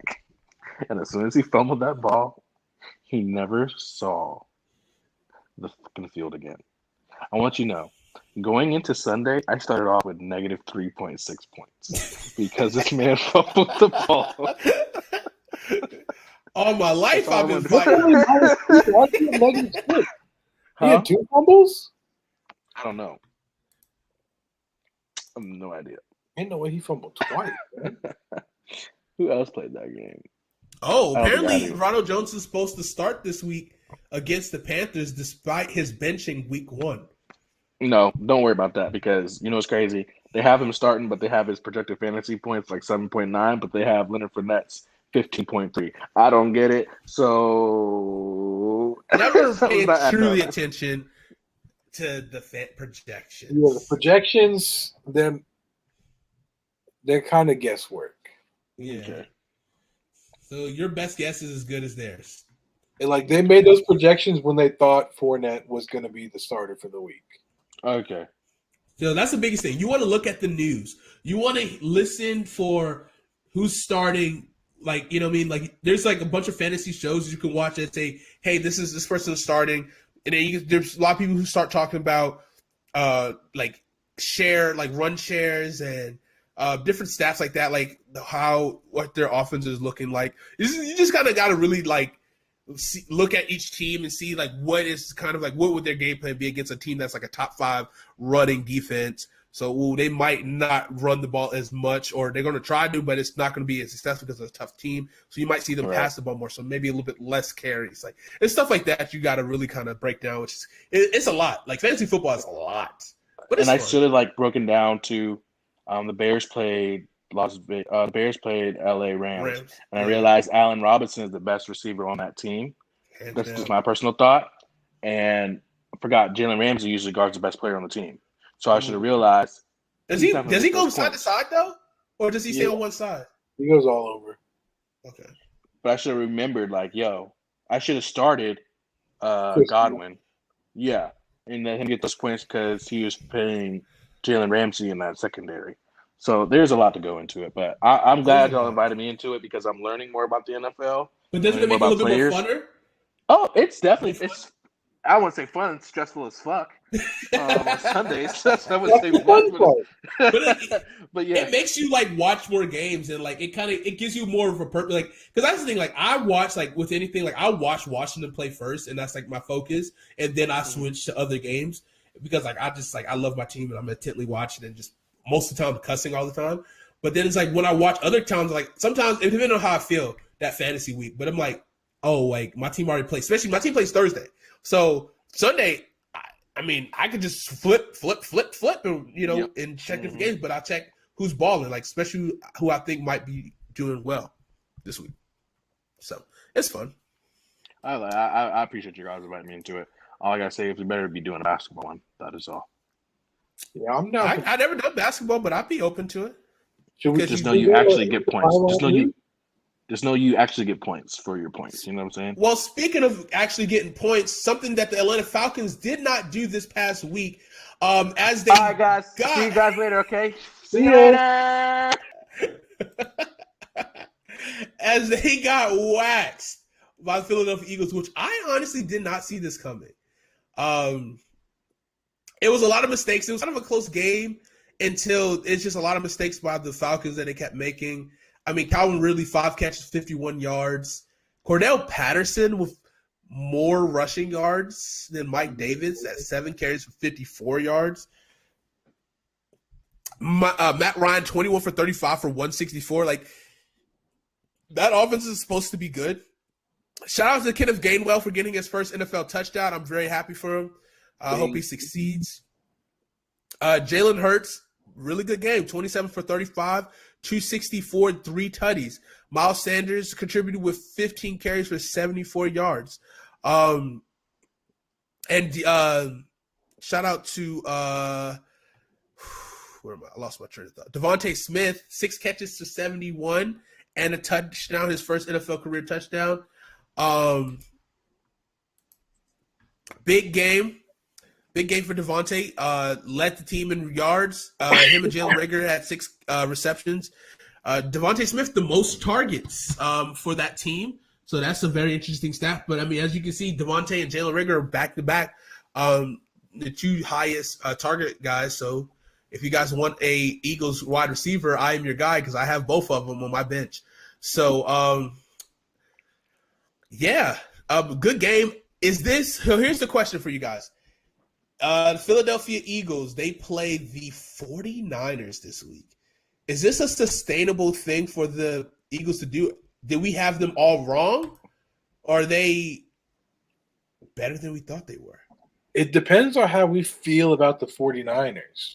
Yeah. Like, was that Lions comeback that fell short real, or was it just the 49ers kind of already thinking they had the game in the bag and they let their foot off the gas?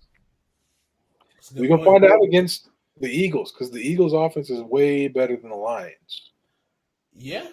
So we go. Sirianni got these boys kind of scheming up. I mean, he's been with good systems. He's been with good offensive minds. Honestly, I didn't give him the benefit of the doubt. I assumed both coaches that I assumed that probably won't be head coaches after this first season got a big victory this year. This week. So who's the other one? David Culley. Culley, that's right. It was just the situation. But, I mean, Tyrod Taylor might be the guy. I mean, if Tyrod Taylor didn't get sabotaged, imagine if Tyrod Taylor didn't get sabotaged. Could he be balling like he was in Houston first game, but in for the Chargers with those weapons? No, it was always going to be Justin Herbert's team at some point. Oh, for sure. Justin Herbert's a man. So you think Tyrod's on the man? He is. He's good, but he's not Justin Herbert. No, okay. Let's make sure. I love Tyrod. I love the fact that Tyrod was I love the fact that he was able to go from being a backup, go to a team and opportunity and win a starting job. I like that. You don't see that a lot in the NFL. You don't see guys get that opportunity and did well and won that team a playoff game. Is Sean McDermott a scumbag and he saw it for who he was and he dipped out? Who knows? But the Buffalo Bills are still winning, so who's to say? But I don't know. Eagles got a big test this week. I mean, it just seems the 49ers just, it's their theme of the year is going to be adversity with injuries. They constantly, that's going to be a storyline every week, every year for the 49ers, which seems like, especially if Mostert is still on their team. This man needs to get a bionic knee at this point. Out for the year? Yeah, I think he decided to get surgery, and which is going to put him out for the year, which is heartbreaking. But it's kind of we kind of knew it. There's guys that just we get that hopefulness, but it's legit. It happened already. I think we're getting really expedient. Everything kind of got sped up week one of guys we assumed that we're going to get hurt, and then it just happened already. So now it's out of the way. But that was that game. The next game we got on the docket. 1 second. I should go to the. Hold on. Here we go. Pittsburgh at Buffalo. This game was interesting. I'm not. I don't know how to feel because I'm not surprised, but I'm kind of surprised. Y'all thought that defense wasn't going to hold up, and that defense showed up. That's the thing. It's it's a hard thing for me with Pittsburgh Steelers because it's they are a good Pittsburgh Steelers have not had a losing season since Mike Tomlin's been there, right? But he I don't know how he defies all odds of being just getting that team winning and ready to play every week. But Buffalo seemed to be a team that was just ready to explode, and they really didn't do that this first week. Mm-hmm. Nope, they sure didn't. The defense did a solid job for them, but the offense struggled. Josh Allen was 30 of 51 for 270 yards and a touchdown. 51. It's a little bit over, maybe Watch me close dab. to 59%, maybe. Yeah, it's 58%. I want to say somewhere in there. The running game, they actually. Well, first off, needs to be mentioned that they made Zach Moss, who was a second-round pick last year, inactive. And Devin Singletary and Matt Breida were the top two running backs. Devin Singletary ran the ball 11 times for 72 yards. Breida had 4 carries for 4 yards. Diggs had 9 catches for 69 yards on 14 targets. Cole Beasley had 8 catches for 60 yards on 13 targets. Emmanuel Sanders had 4 catches, 52 yards on 8 targets. Dawson Knox had 4 catches, 41 yards on 4 targets. And Gabriel Davis had their only touchdown of the game on 2 catches for 40 yards. Josh Allen fumbled the ball twice. Ooh. Devin Singletary fumbled the ball twice. Ooh, that's negative 15 right there. They only lost the ball once, though, between the 4 fumbles. So they were able to recover the other 3, so that's good. So this game could have been a lot worse. Yeah. But let's see. How many times was he sacked? He was sacked 3 times.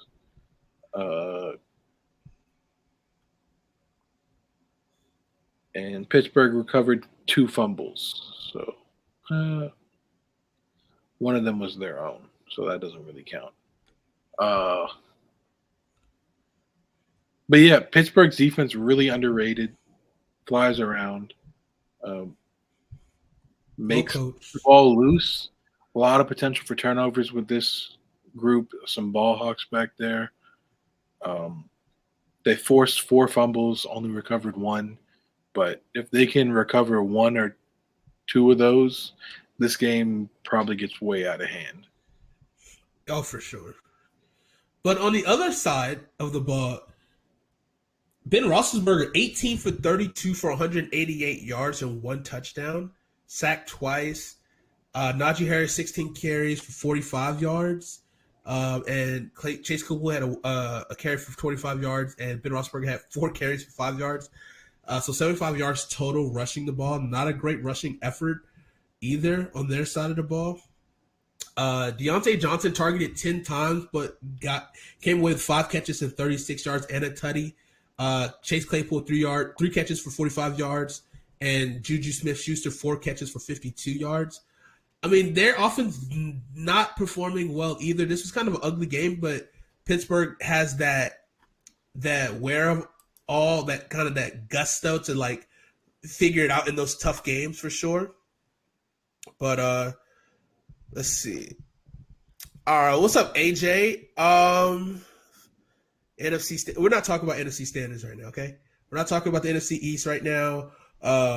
We don't care. You just missed us talking about the Eagles. Whatever. No one cares about the Eagles right now. Anyways. I think somebody cares about the Eagles. Doesn't somebody have 2 Eagles receivers on their fantasy team? Yes, I do have 2 Eagles receivers on the fantasy team. Undercover Eagles fan? Fly, chill. Eagles, fly. All right, chill. I'd be saying that too if I was a Falcons fan, because them boys smack. I think y'all got y'all wings clipped, big dog. All right, so let's go to the next game. Imagine your NFL team not being 1-0. Couldn't be me. Oh my gosh! Not everybody gets to play the New York Football. Put some respect on our name. I can't wait for us to be sitting in the same house watching the playoffs, and none of our teams are in it. Can't wait. Hey, speak for yourself, buddy. Speak for yourself. We come for that wild card. We still got a shot at this division. Congrats on the fantasy. Thank you. Oh, I mean, Devante was all right. He was on my bench. They're both on my bench. I'm pretty loaded at wide receiver, unfortunately. But I'm open for trades. Okay, so next game, Minnesota Vikings losing to the Cincinnati Bengals. This game was weird. Minnesota didn't look good early. Jamar Chase, 50-yard touchdown pass from Joe Burrow. Second quarter, T. Higgins, 2-yard touchdown by Joe Burrow. Is Jamar Chase even a receiver? Huh? Is Jamar Chase even a receiver? Yeah, 5 catches, 101 yards in the tutty. First game. I'm just hoping so, because from what I heard the other day, my man talking about football and whatnot, not be able to see it and can't catch it because have the rings on it. That quote got misconstrued in the media. He was talking about the differences in the footballs. They blew that story out of proportion, but he obviously can see the ball because with that 50-yard bomb that he had. So the question is, I don't. This is. Do the Can Vikings the Bengals be good? Joe Mixon season is that a thing? Have we I finally told you it arrived was. at Joe Mixon season? It is Joe Mixon season. 29 carries, 127 yards, and a tutty. And let's see, 4 catches for 23 yards.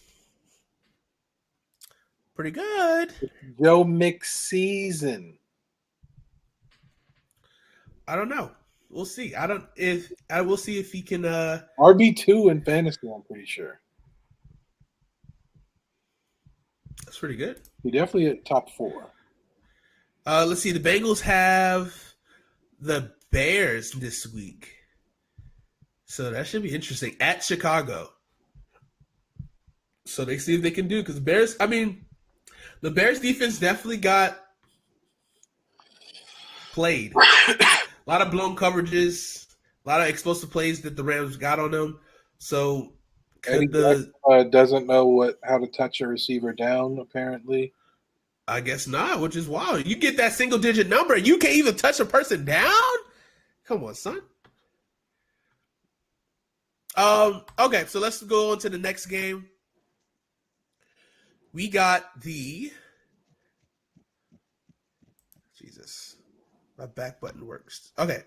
San Francisco at Detroit. San Francisco 41, Detroit 33. Jimmy Garoppolo threw for 314 yards and a tutty. Was it Elijah Mitchell, 19 carries, 104 yards. Deebo Samuel, 9 catches, 189 yards and a tutty. On the flip side, Jared Goff threw for 338 yards, 338 yards, 3 tutties. Jamal Williams, 9 carries, 54 yards and a tutty. TJ Hawkinson, 8 catches, 97 yards and a tutty. Good win for 49ers, but are we impressed by the 49ers after week 1? It's Detroit. Yeah. I'm not impressed by the defense.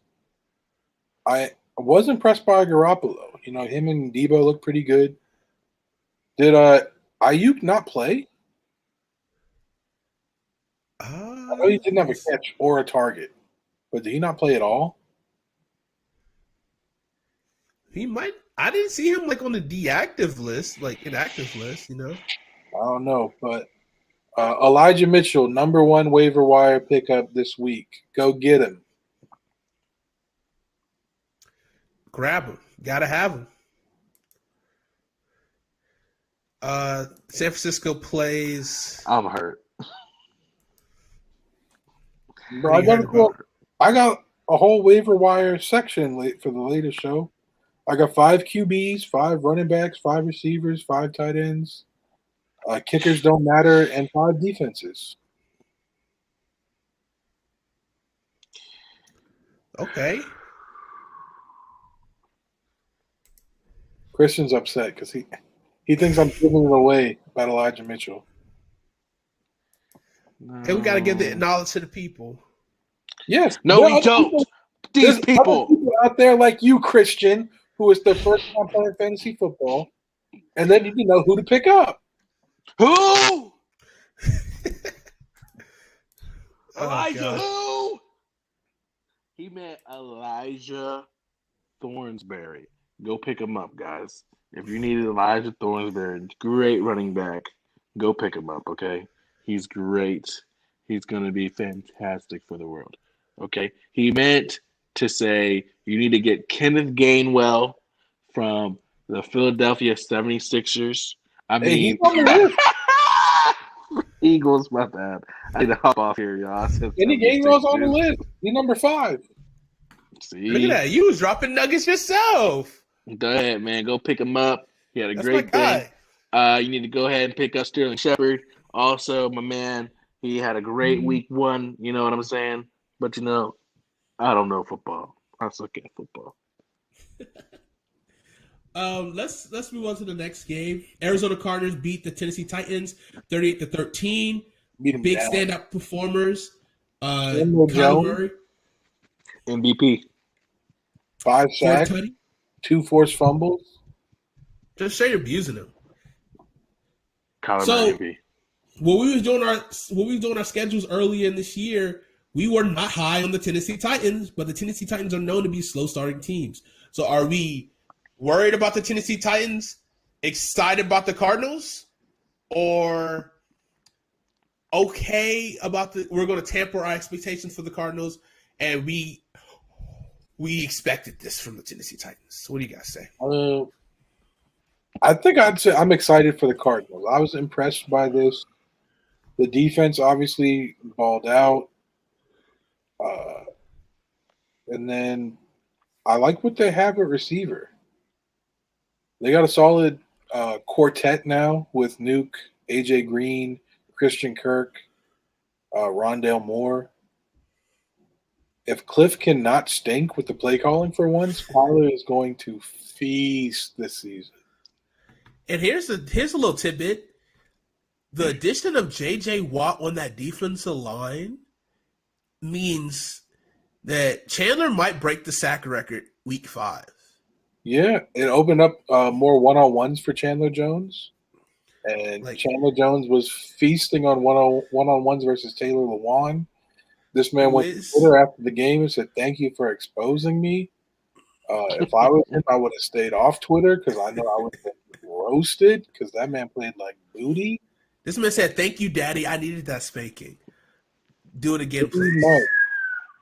You know, and they may as well call his new show "Spanking with the Boys" instead of "Bussing." You know what I'm saying? Because he was busting his ass all Sunday. And that's what, but that can be scary though, because then it's like, you know, I mean, you're going to have some interesting matchups, but I don't think most teams are going to just leave their left tackle on an island. There's not many left tackles I think you can just leave on an island by themselves, you know, even still with a chip to help him out. You know, they didn't really get this man no help that game. Like, no, like, tight end at least chip off or nothing. Like, it was him.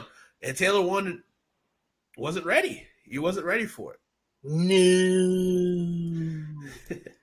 He wasn't ready. But we'll talk about the Tennessee Titans more in December because that's when that team normally is going to be well. Let's talk about it real quick. NFC South. Who's coming out the NFC South? Obviously the Texans? You mean the AFC? Excuse me, AFC South. Excuse me, I apologize. AFC South. You did. Texans? The Texans are leading the AFC South right now. They are the only undefeated team in the AFC South. That just sounds weird. I feel dirty saying that because we projected them to win 0 games this year. And we already got proven to be trash right off the jump. Correct. So maybe we were wrong about these guys, but it's just week 1. This is week 1. I'm still under 4 wins for sure. Facts. They probably are still the odds-on favorite for the number 1 pick. I think it's a 3-way race right now. Texans, Lions, Jets. 3-way race for the first overall pick.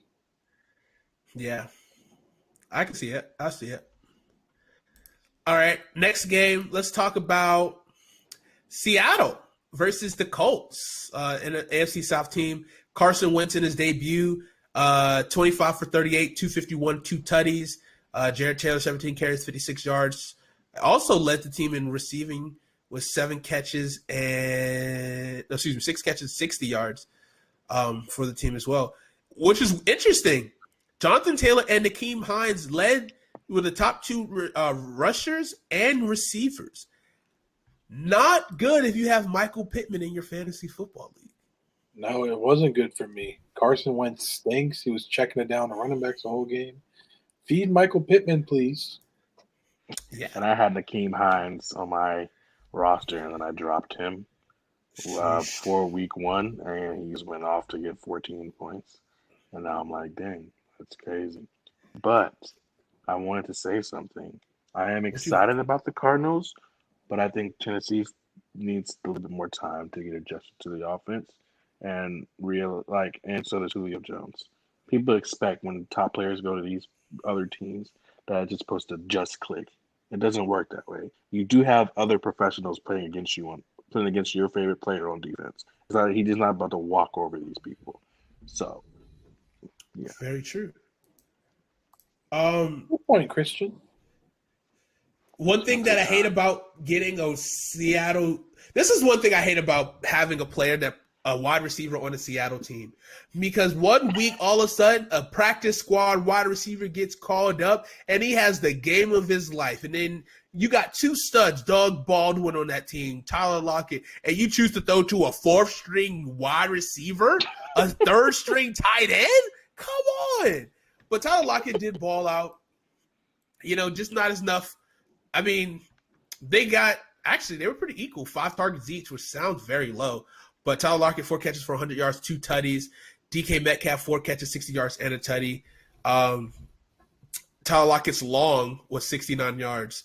Nice. So, I mean, honestly, I would say from this result, I was a little bit surprised. 4 touchdowns from Russell Wilson. I didn't expect this team to be good. Every single team in the NFC West got a victory this past weekend. We already said this is the best division in football. We're going to really see how good every team is. Yeah.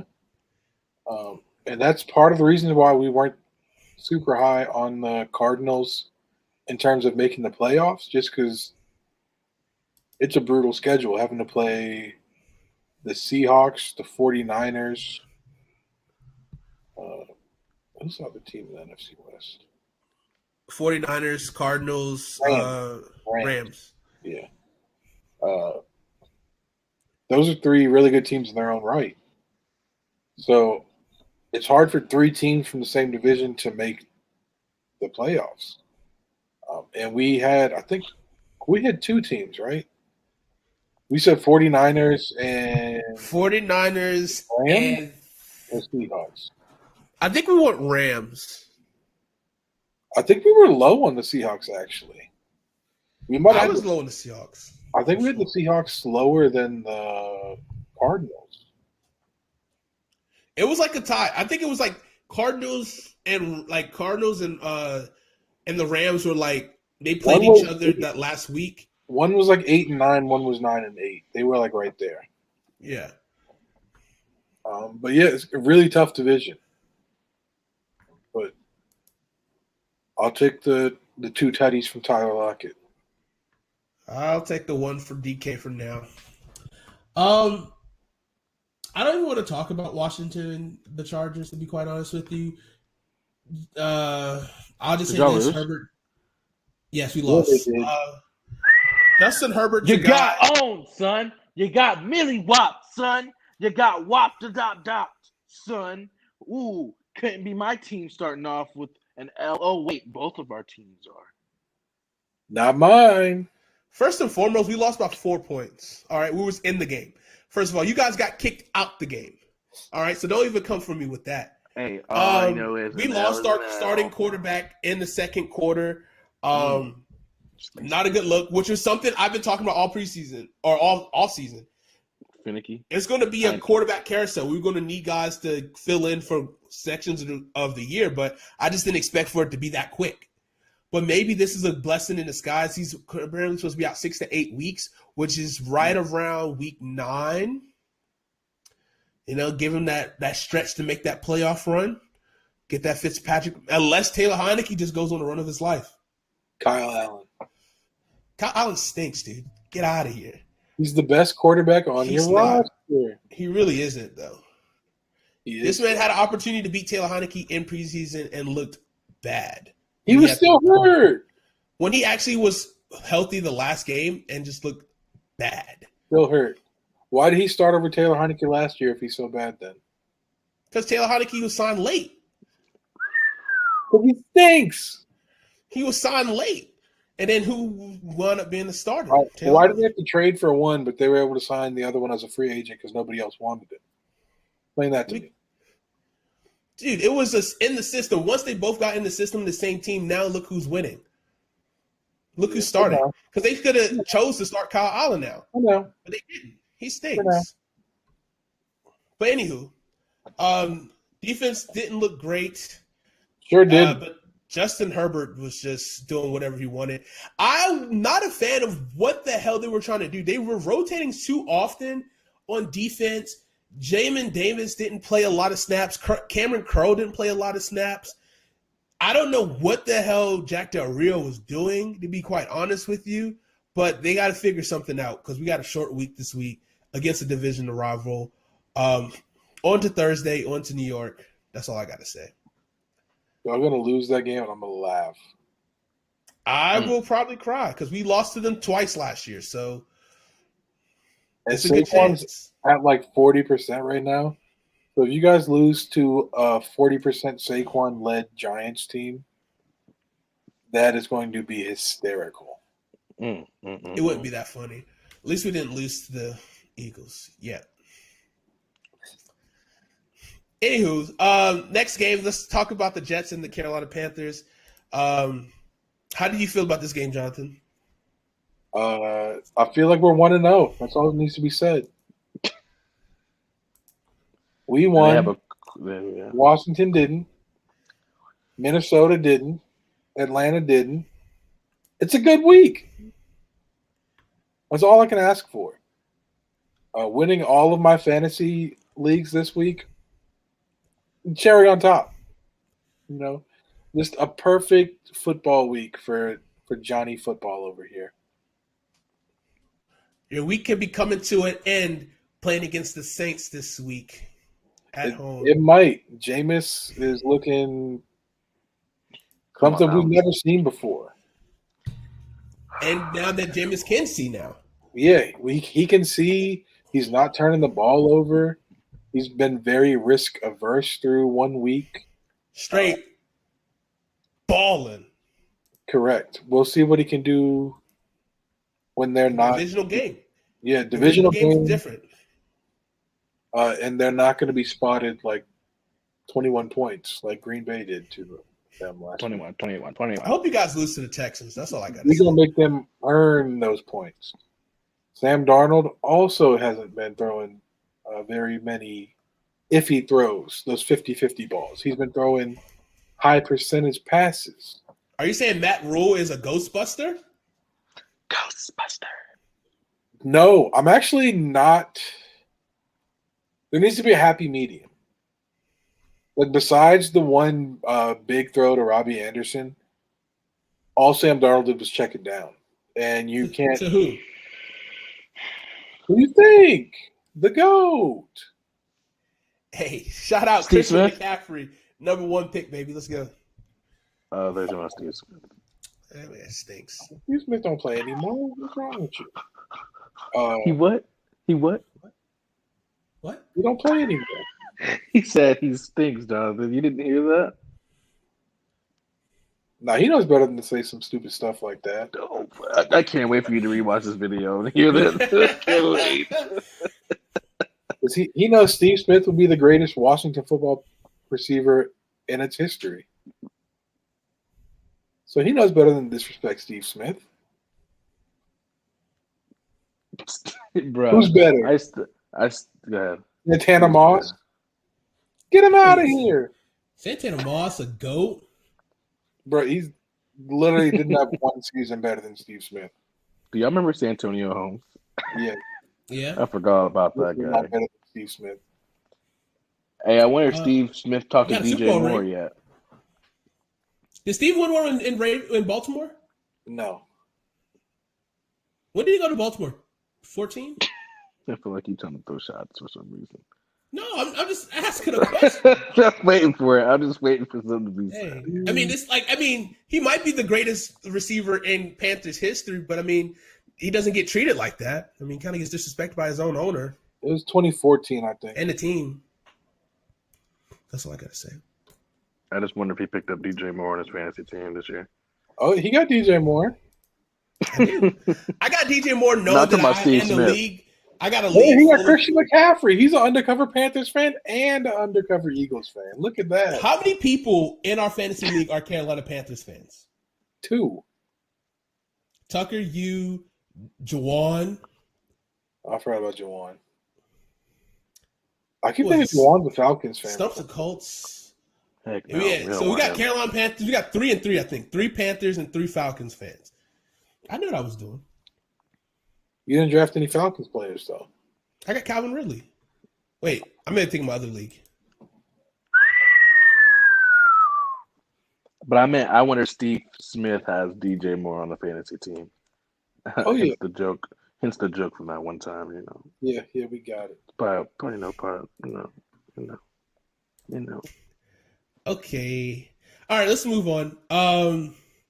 Jacksonville, not much to say about that game. I think that's a fluke. I think it's a fluke. I think Jacksonville stinks. Urban Meyer stinks. Yeah, Urban Meyer does stink. Not playing your best running back doesn't make any sense to me.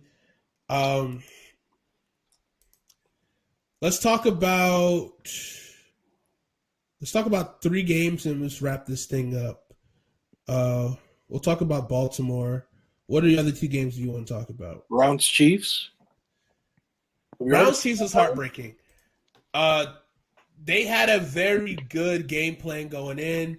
They controlled the ball heavy, but the quick strike factor and the turnovers that became costly for the Browns. But the Browns are a good team. They're a good team. Yes, they are. What have I said this entire offseason? The Browns might have the best roster in football, but Baker Mayfield is their quarterback. Hey, Baker was nice last week. He was okay. He was good until he threw that interception. He threw some dimes to Njoku. Like, he threw some dimes. But that and that receiver that they picked up too, number Jones? 10, that light-skinned dude, Anthony Schwartz. Oh, yeah. He's nice. Yeah, I mean, but once Odell gets back, I mean, that should hopefully maybe get them a little bit of the next step, possibly. But I mean, Baker did well, but then he just did that one thing to his he kind of Kirk Cousins it, to be quite honest with you. He did well until he did that one thing where you're like, oh, I can't forget the other good stuff that he did. You know what I mean? Sure. He does just enough good to make you think he might be good, but no, he stinks. But I think it depends on when OBJ comes back, because I'm a big believer. I am a big believer in if your team is doing really well and then you bring back your star player, it either is going to work out really well or it's going to go really bad. And well, it went really bad for him when he came back last year. So we will see what will happen. But Baker again, I I also want to talk about that Ravens and Raiders game. We'll wrap. That'll be the last game we talk about. One more game, and then we'll go to that game. So either the Dolphins game or the New Orleans game. I mean, that's pretty much the only other good game that happened at 4:00. We'll talk about Dolphins Patriots. That was the battle of the Alabama quarterbacks there. Correct. Very close game. I mean,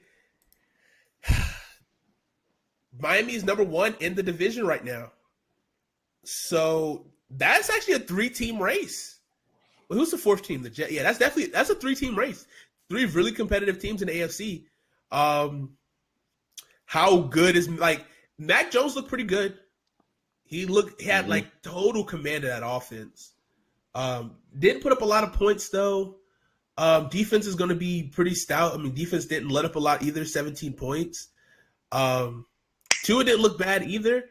The costly interception, 16 for 27, 202 yards with Tutty. Gaskins 9 carries for 49 yards. Devontae Parker 4 catches, 81 yards.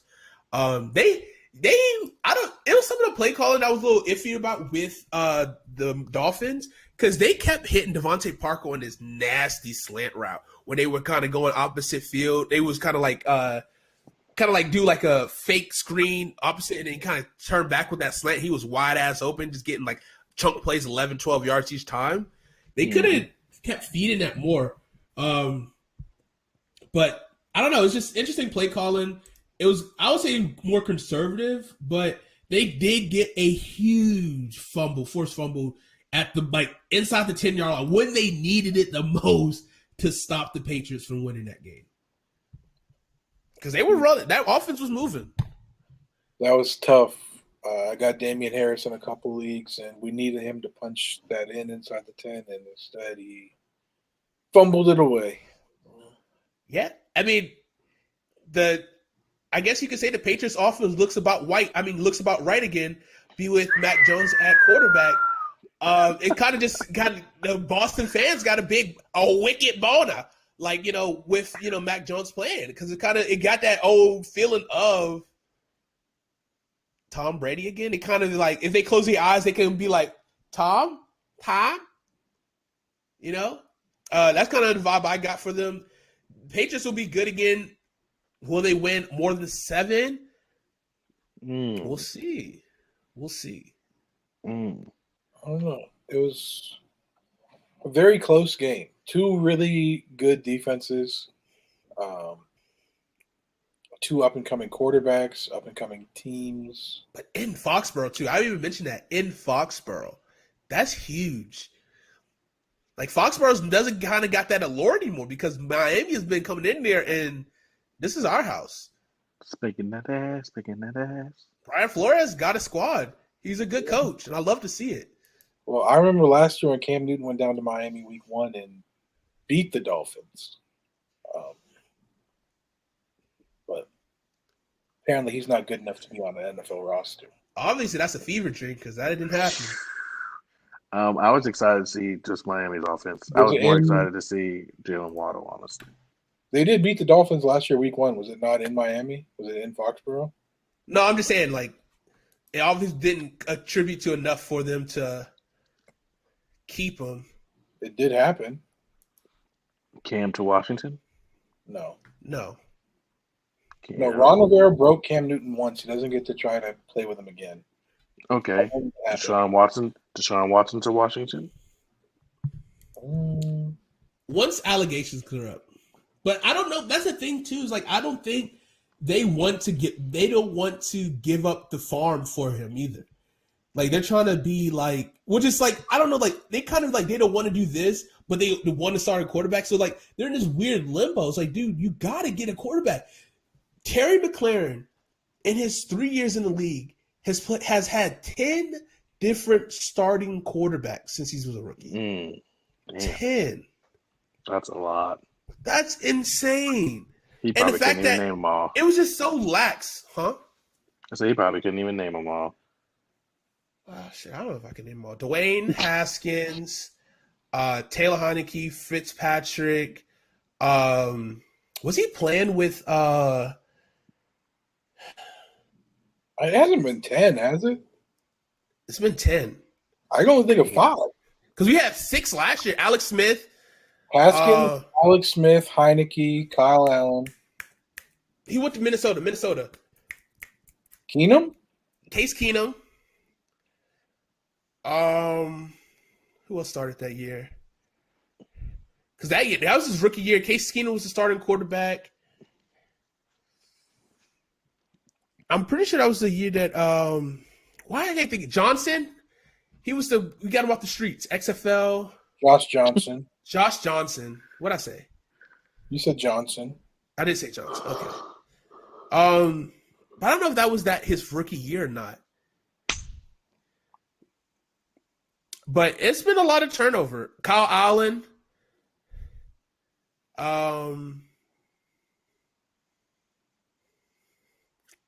Yeah, that's all I can think of off the top of my head.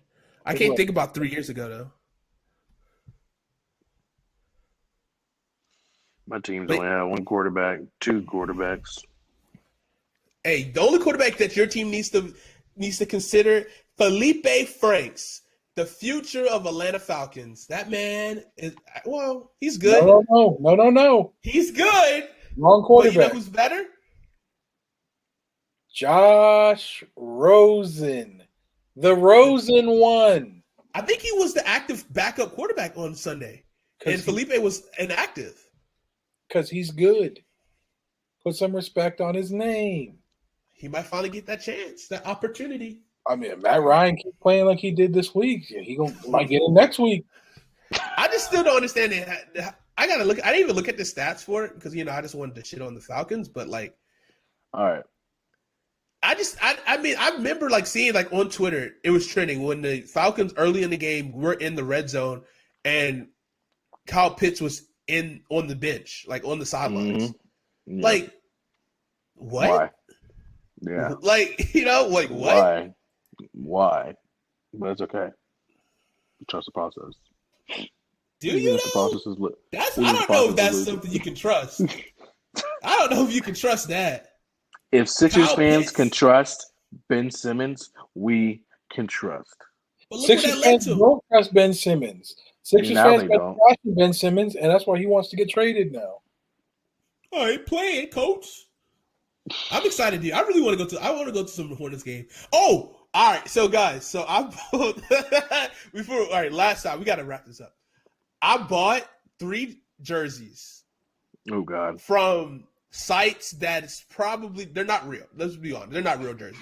But I wanted some jerseys. I bought a Chase Young jersey, and then I got 2 NBA jerseys. I got a LaMelo Ball, and I got a John Morant jersey. Oh, you're You- fake. You should have got Chris The Middleton. Mint You're City? fake. You're fake. Nah, I wanted that Grizzly. I wanted that old school Grizzly jersey. I'll get a Chris Middleton jersey, but I just wanted. I was getting the ones that I off the top of my head. I spent like $50 total for all 3. Oh yeah, he ain't getting no real jersey. So shout out to Tucker. Tucker gave me the site, and it's apparently one of his buddies. He just bought a shit ton of jerseys from it. It's from like straight from China, and some fakes he get are kind of good, and some fakes he get are kind of you can tell they're fakes. So I was like, shit, they're like $15 a pop for $15, bro. We'll see. That's a lottery ticket. You buy 3. It is a lottery ticket. If one of them looks real, you made like $80. Exactly. I'll get them sometime in October. I ordered them a month ago. It's been a while, but I'll get them eventually. It takes time. But when I get them, I'm gonna rock them. I don't care. I'm gonna rock those jerseys. I don't care. It's so hard to find. They only have youth jerseys for LaMelo Ball in the team store. Like going to the team store, the Hornets team store, they only have youth jerseys right now. Well, I'm yeah, gonna man. buy 4 youth jerseys and sew them together. That's why I'm Might have to get one of them TikTok guys. LaMelo Ball in the front, LaMelo Ball on each side, and LaMelo Ball in the back. 4 balls. Yep. Can't go wrong. Ooh, All right, last game. I'll get a Jello Ball jersey. I'll get a LiAngelo Ball jersey. Oh, I fuck with Jello. I fuck with Jello. That's my dog. I hope he makes the squad. The blue kind. All right. Last game, which was probably one of the best games of the weekend. We got on Monday Night Football. Did you guys watch the Manning simulcast? Did you guys like that? I didn't watch. You didn't watch it? No. It was pretty cool. Did you see any highlights about it? I did see some clips. It looked pretty interesting. That looks I'll pretty definitely cool. want to watch it next week. I think there's supposed to be like 10 weeks. I don't know which games they're going to do. You got to think whichever ones are going to be the most competitive. I don't think they're going to do it every week. But, I mean, who knows how competitive the Packers and Lions are going to be next week on Monday night. But the Lions scored 33 points, and the Packers only scored like 3. So, like I said, you never know if it's going to be competitive. The Lions could blow them out. facts, they might. So here's the story of the game, right? Okay, let's do the stats and then we'll talk about it. Derek Carr, 34 for 56, 435 yards, 2 touchdowns.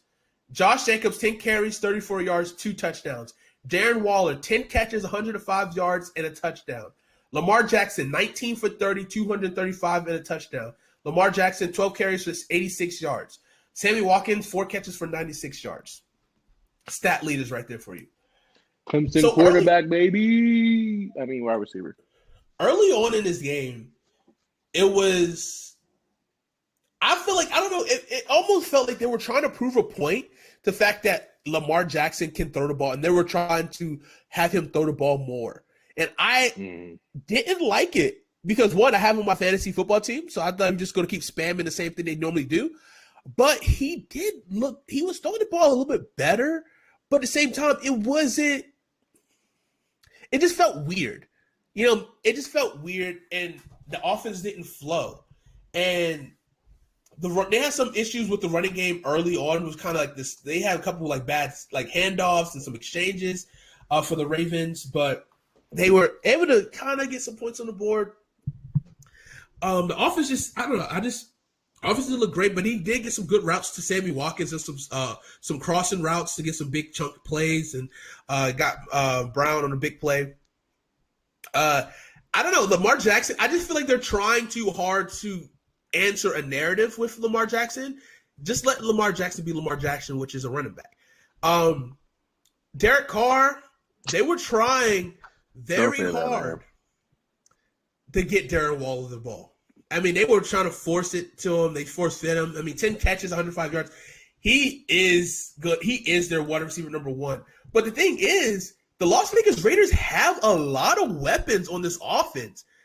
And they were talking about that the coaching staff likes Bryan Edwards more than they like Henry Ruggs. They think he could be better than Henry Ruggs, which is not a good thing to say, especially when you pick Henry Ruggs in the first round over a lot of good guys, such as JJ, Justin Jefferson. So that's not a good look. But they got both guys. They got Hunter Renfrow and Darren Waller. They have a nice core of guys. And they got the game-winning touchdown maker himself, Zay Jones. I didn't even know who that was, to be quite honest with you. I was confused, like Zay Jones. But 2 catches, 46 yards, huge.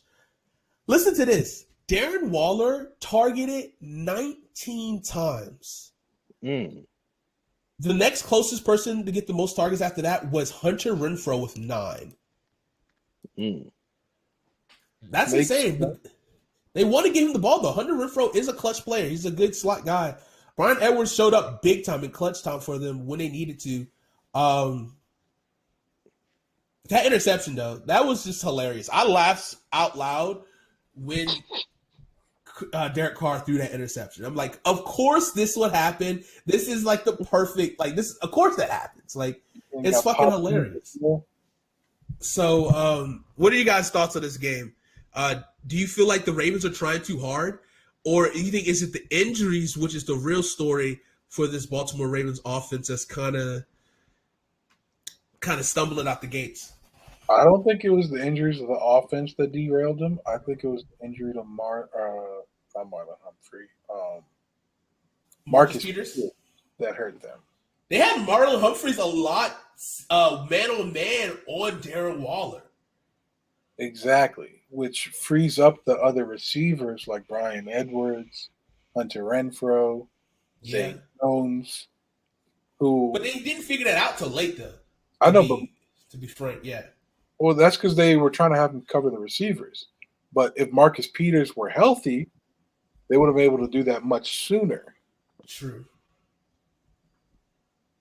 So I think that played a big part in them losing.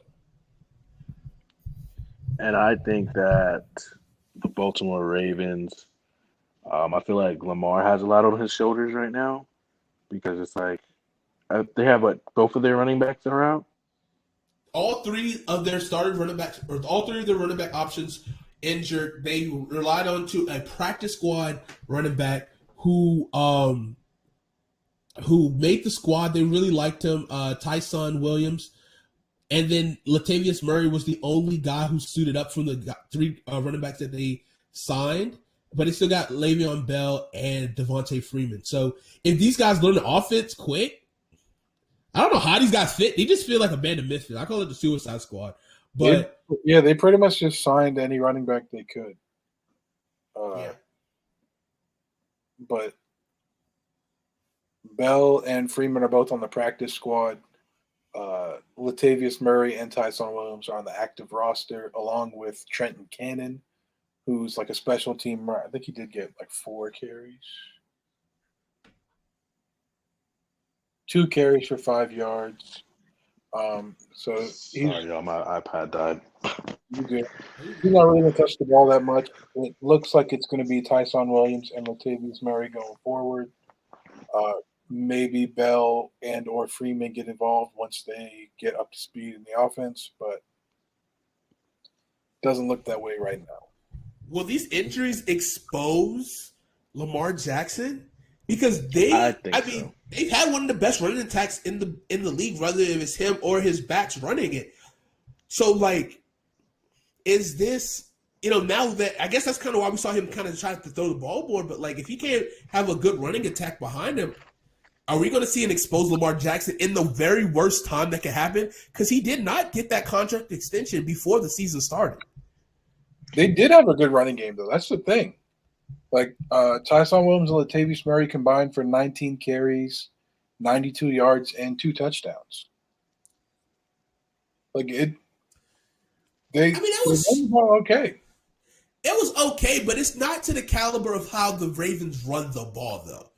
No, I mean, it was. They just didn't run the ball that much. Like, that's the thing, though, because, like, they are, like, the Ravens are a dominant, like, run team.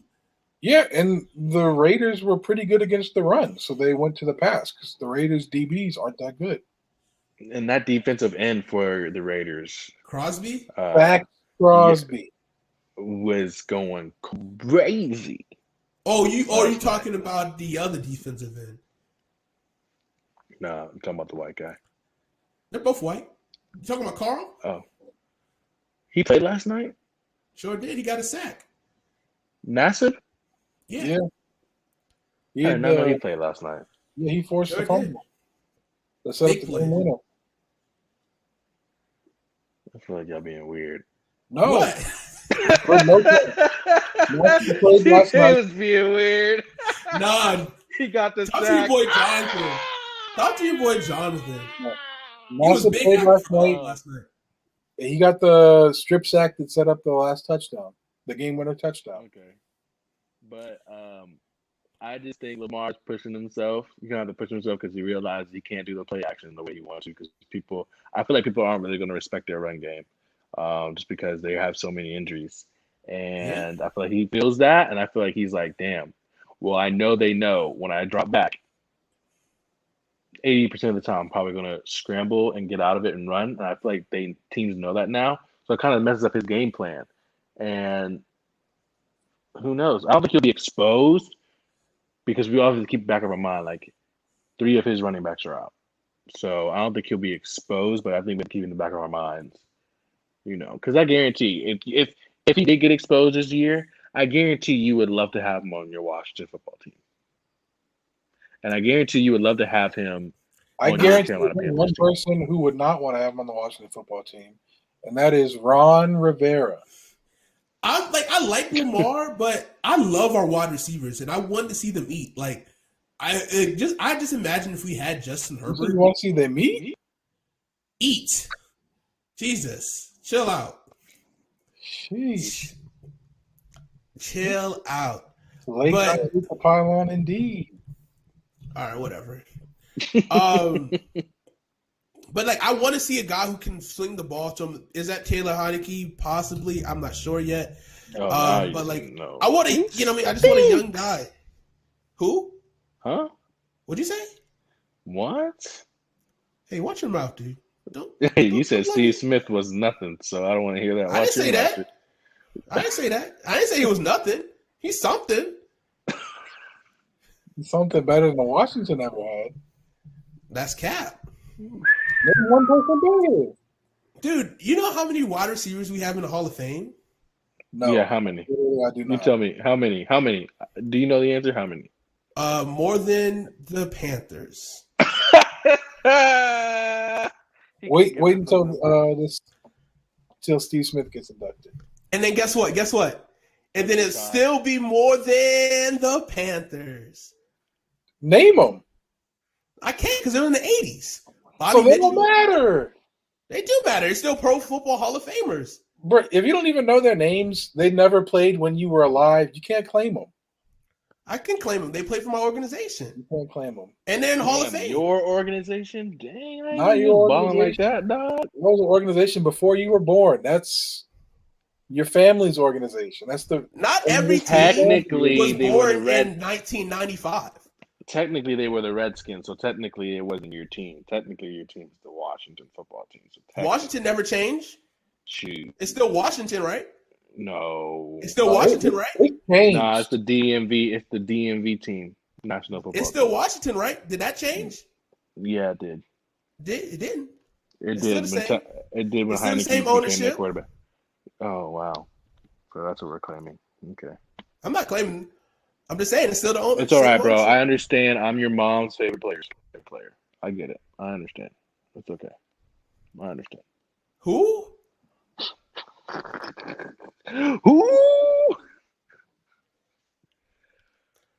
Anywho, I think Greg Roman's definitely he's gonna have to pull some magic out because we'll see. Who does the Ravens play this week? Let's see. What week do they start bye weeks? Or it could be any week. I think like week 4 or 5. I'm gonna say you got one because the receiver. Ravens definitely need a bye week this week. Art Ravens Monk. definitely need one. And Steve Smith is better than Art Monk. That's your opinion. That's everybody who knows football's opinion. Where's Kellen Mond? Minnesota. He's on the Vikings. And CJ is salty about it. He better than Kirk Cousins. I'm not debating that. Ooh, Ravens play the Chiefs this week. Ooh, it could be tough sledding for the Ravens. Where at, though? Where at? It's home. Sunday night. Yeah, but they still gonna get that butt whoop. It's okay. Then they go to Detroit, to Denver. They'll get their first win against Detroit. Then they got the Colts and Chargers after that. Go Chargers, go! We'll see. I'm interested to see what this team looks like. I'm really interested to see what this team looks like at this week against the Chiefs. Excuse me. Go Chargers, go!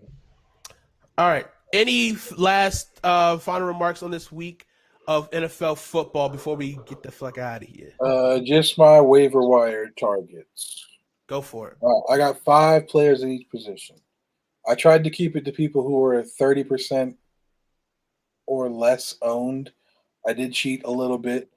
For my number 1 quarterback, he's one I cheated with. He's owned in 30.1% of leagues, so just over 30%. I don't care. I'm still putting him. Jameis Winston. If you need a quarterback, add him. Number 2, Derek Carr. 15.2% owned. Number 3, Kirk Cousins, 25.9%. Number 4, Big Ben, 27.9% owned.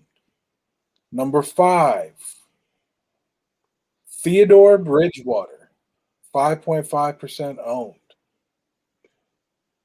And he finally learned how to throw touchdowns, so that's something good. But also pay attention to any rookie quarterbacks available in your leagues. You probably want to go ahead and add them. Any of Trevor Lawrence, Zach Wilson, Trey Lance, Justin Fields, Mac Jones. Which all of those guys threw a touchdown this week. Well, no, not Justin Fields. Justin Fields did? Oh, he ran for a touchdown. He ran for one. Mm-hmm. But they all got one, though. They scored all the touchdowns. They all scored a touchdown. Mm-hmm. Yeah. But they're all really good holds. Even if you get somebody like Fields or Lance who's not the starter yet, they're going to be the starter soon. And once they are, they're going to put up numbers. So go ahead and add them now. Make sure you have them for when they are the starter. At running backs, we have Christian's guy, Elijah Mitchell, 3.8% owned. You said his name wrong. Elijah Holyfield. Stop. What team is he on now? He's on this Canadian Football League. No, he didn't get drafted. He was on the Panthers as an undrafted free agent, and we cut him. He went to the Eagles. They cut him. He might be on the Jags. Speaking of the Jags, number 3, Carlos Hyde, 17.4% owned. Urban Meyer's boy. He likes him more than he likes James Robinson. His Ohio State boy. Mark Ingram, number 2, 13.3% owned. He is the Texans' number 1 running back. Anytime you can add a number 1 running back on waivers, you do it, even if it's not the best offense. Number 4, Tony Jones Jr. He is the RB2 in New Orleans. If anything ever happens to Alvin Kamara, he's going to be a stud. And depending on game flow, he could be a flex, even when Kamara is healthy. Number 5, Kenneth Gainwell, our guy, 4.8% owned. Been talking about him all off season. Facts. He is nice. He can run the ball. He can catch the ball. And he scored a touchdown already in week 1. I hope he gets cut so he can come to Washington, but that's a pipe dream. You are shit for wishing on that man's downfall like that. I'm not wishing on his downfall, but I just want him to play. I want him to reunite with his Memphis brother. Okay? And if you miss out on Elijah Mitchell, go ahead and add any available San Francisco running back. Because one of them is bound they to get are hurt. all going to go off at least one time this year. And So that's Elijah Mitchell, Jermichael Hasty, the newly added Kerryon Johnson. Check your league to see if anybody panic drops Trey Sermon. Get any and all of these guys you can. Wide receivers, Sterling Shepard, 30.2% owned, so he doesn't really count, but add him if he's available. Nelson Aguilar, 32.3% owned, also doesn't really count for me. I'm trying to keep it under 30% owned. Pick him up if he's available. Number 1, Sammy Watkins, 15.1% owned. Number 2, Brian Edwards, 18.1% owned. Put that money in, folks. 2 number 1 wide receivers on their teams. Number 3, Emmanuel Sanders. He's a number 3 wide receiver on his team, but it is a much better offense, or so we hope, than some others. Number 4, Zach Pascal. Dude went off this week. For the Colts? Colts. He might be the number 1 receiver we all expected Michael Pittman to be. Number 5, this isn't a wide receiver you want to pick up and play this week. This is more of a long-term hold. But Terrace Marshall Jr., 24.4% owned, Carolina Panthers.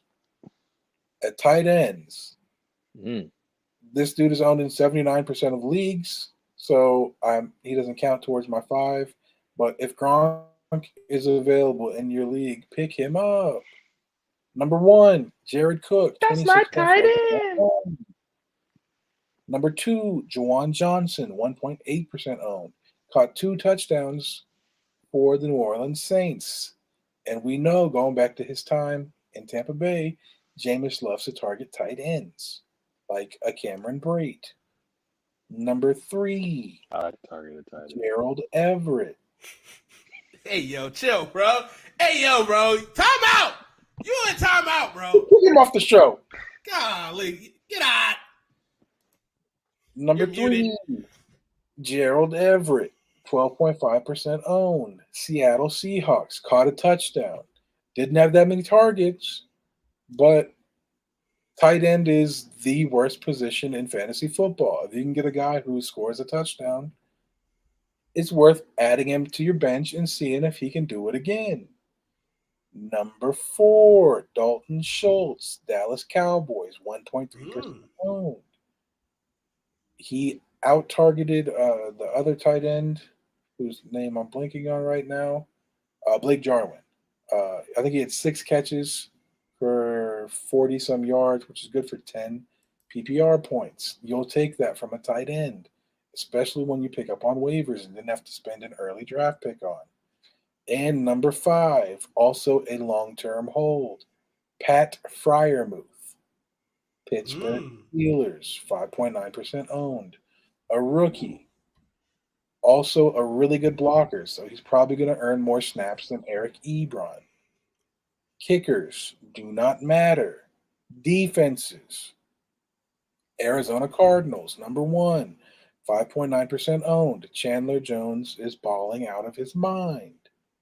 Number 2, New Orleans Saints. They're going to stink this week, but go ahead and add them so you can play them when they're not getting beat up by Sam Darnold and the Carolina Panthers.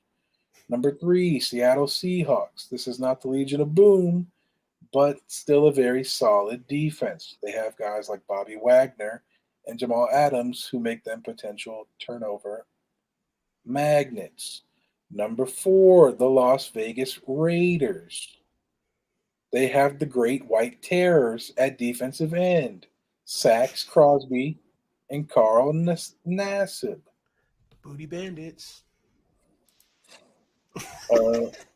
Carl Nassib, in the words of Ryan Clark, who came naked off the edge. And number 5, the Carolina Panthers, 25% owned. This is an ascending defense, up and coming, a lot of young guys, and a lot of potential to force turnovers. Especially after week 2 when AJ Bouye will be returned. Is it 2 weeks suspension or 4? 2. And then what was it, Jackson? Kerryon? Dante Jackson. He played it. The man can lay the hit. And Jason Horn. That's a solid little trio. You got Jeremy Chin at safety, and that defensive line with Brian Burns, Hassan Reddick, Vitor Gross-Matos, Marquise Haynes, Derek Brown, Daquan Jones. They're going to get some sacks. And that's it for this week's waiver wire. Yeah. Thank you. Oh, let me ask you one question. How do you feel about Cordero Patterson? Did you say Cordero Patterson? I did not. I've been looking at him, but I'm scared. He might be worth an ad. Like, he's not a guy you want to pick up and start. But if you have a guy who got hurt this week and you put him on injured reserve and you have a free bench spot, so you can add him without dropping anybody, Cordero Patterson could be an interesting ad. 7 carries, 54 yards, and I think 2 catches for like 10 yards or something. If he can like run the ball well, like he's destined to be a fantasy freak. Correct, because Mike Davis isn't the most sturdy. You know what, guys? I was just kidding. I didn't mean to talk about him. I met It is far too late. I already have a claim in for him. Oh. Well, I mean, you won this week, so I got a chance to... Yeah, you do have priority over me because I actually won. Yeah, sometimes it pays to be stinky, kids. All right, Christian, any final words that you want to get off your chest before we wrap it up for Tuesday? And we'll be back Thursday talking about this week predictions for the NFL. It's not about the NFL. It's about college football. People, stay aware that you need to be putting bets in for these teams. You want to make a couple extra $100? I'm giving you my picks right now. Mississippi State will beat Memphis. Put it on there. And I think you should go ahead and put on there that Auburn will upset Penn State. We might have to do a little segment, Christian's picks.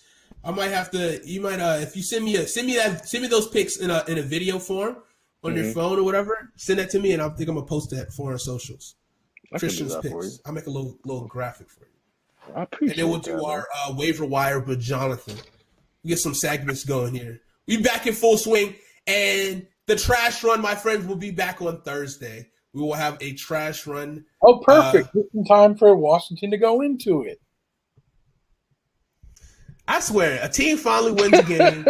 This man wins a game for once, the only one time, and now he's ready to talk trash. They won it out. I remember this man said, "There's not much hope for us, Carolina Panthers fans. There's not much." This man's already petitioning for Sam Darnold to leave your team. Just snakes in the grass, man. Crazy. Say it with me, Sam VP. All right, on that note, ladies and gentlemen, thank you all for hanging out. Make sure you guys are following us on all social media platforms, YouTube, Twitter, TikTok, Twitch, all that jazz. And go to hateapollo.com if you want your official merch from the show and to support us, and we can keep doing bigger and better things. But without further ado, man, have a great night. Football's back. You love to see it. It's time to go. Bye.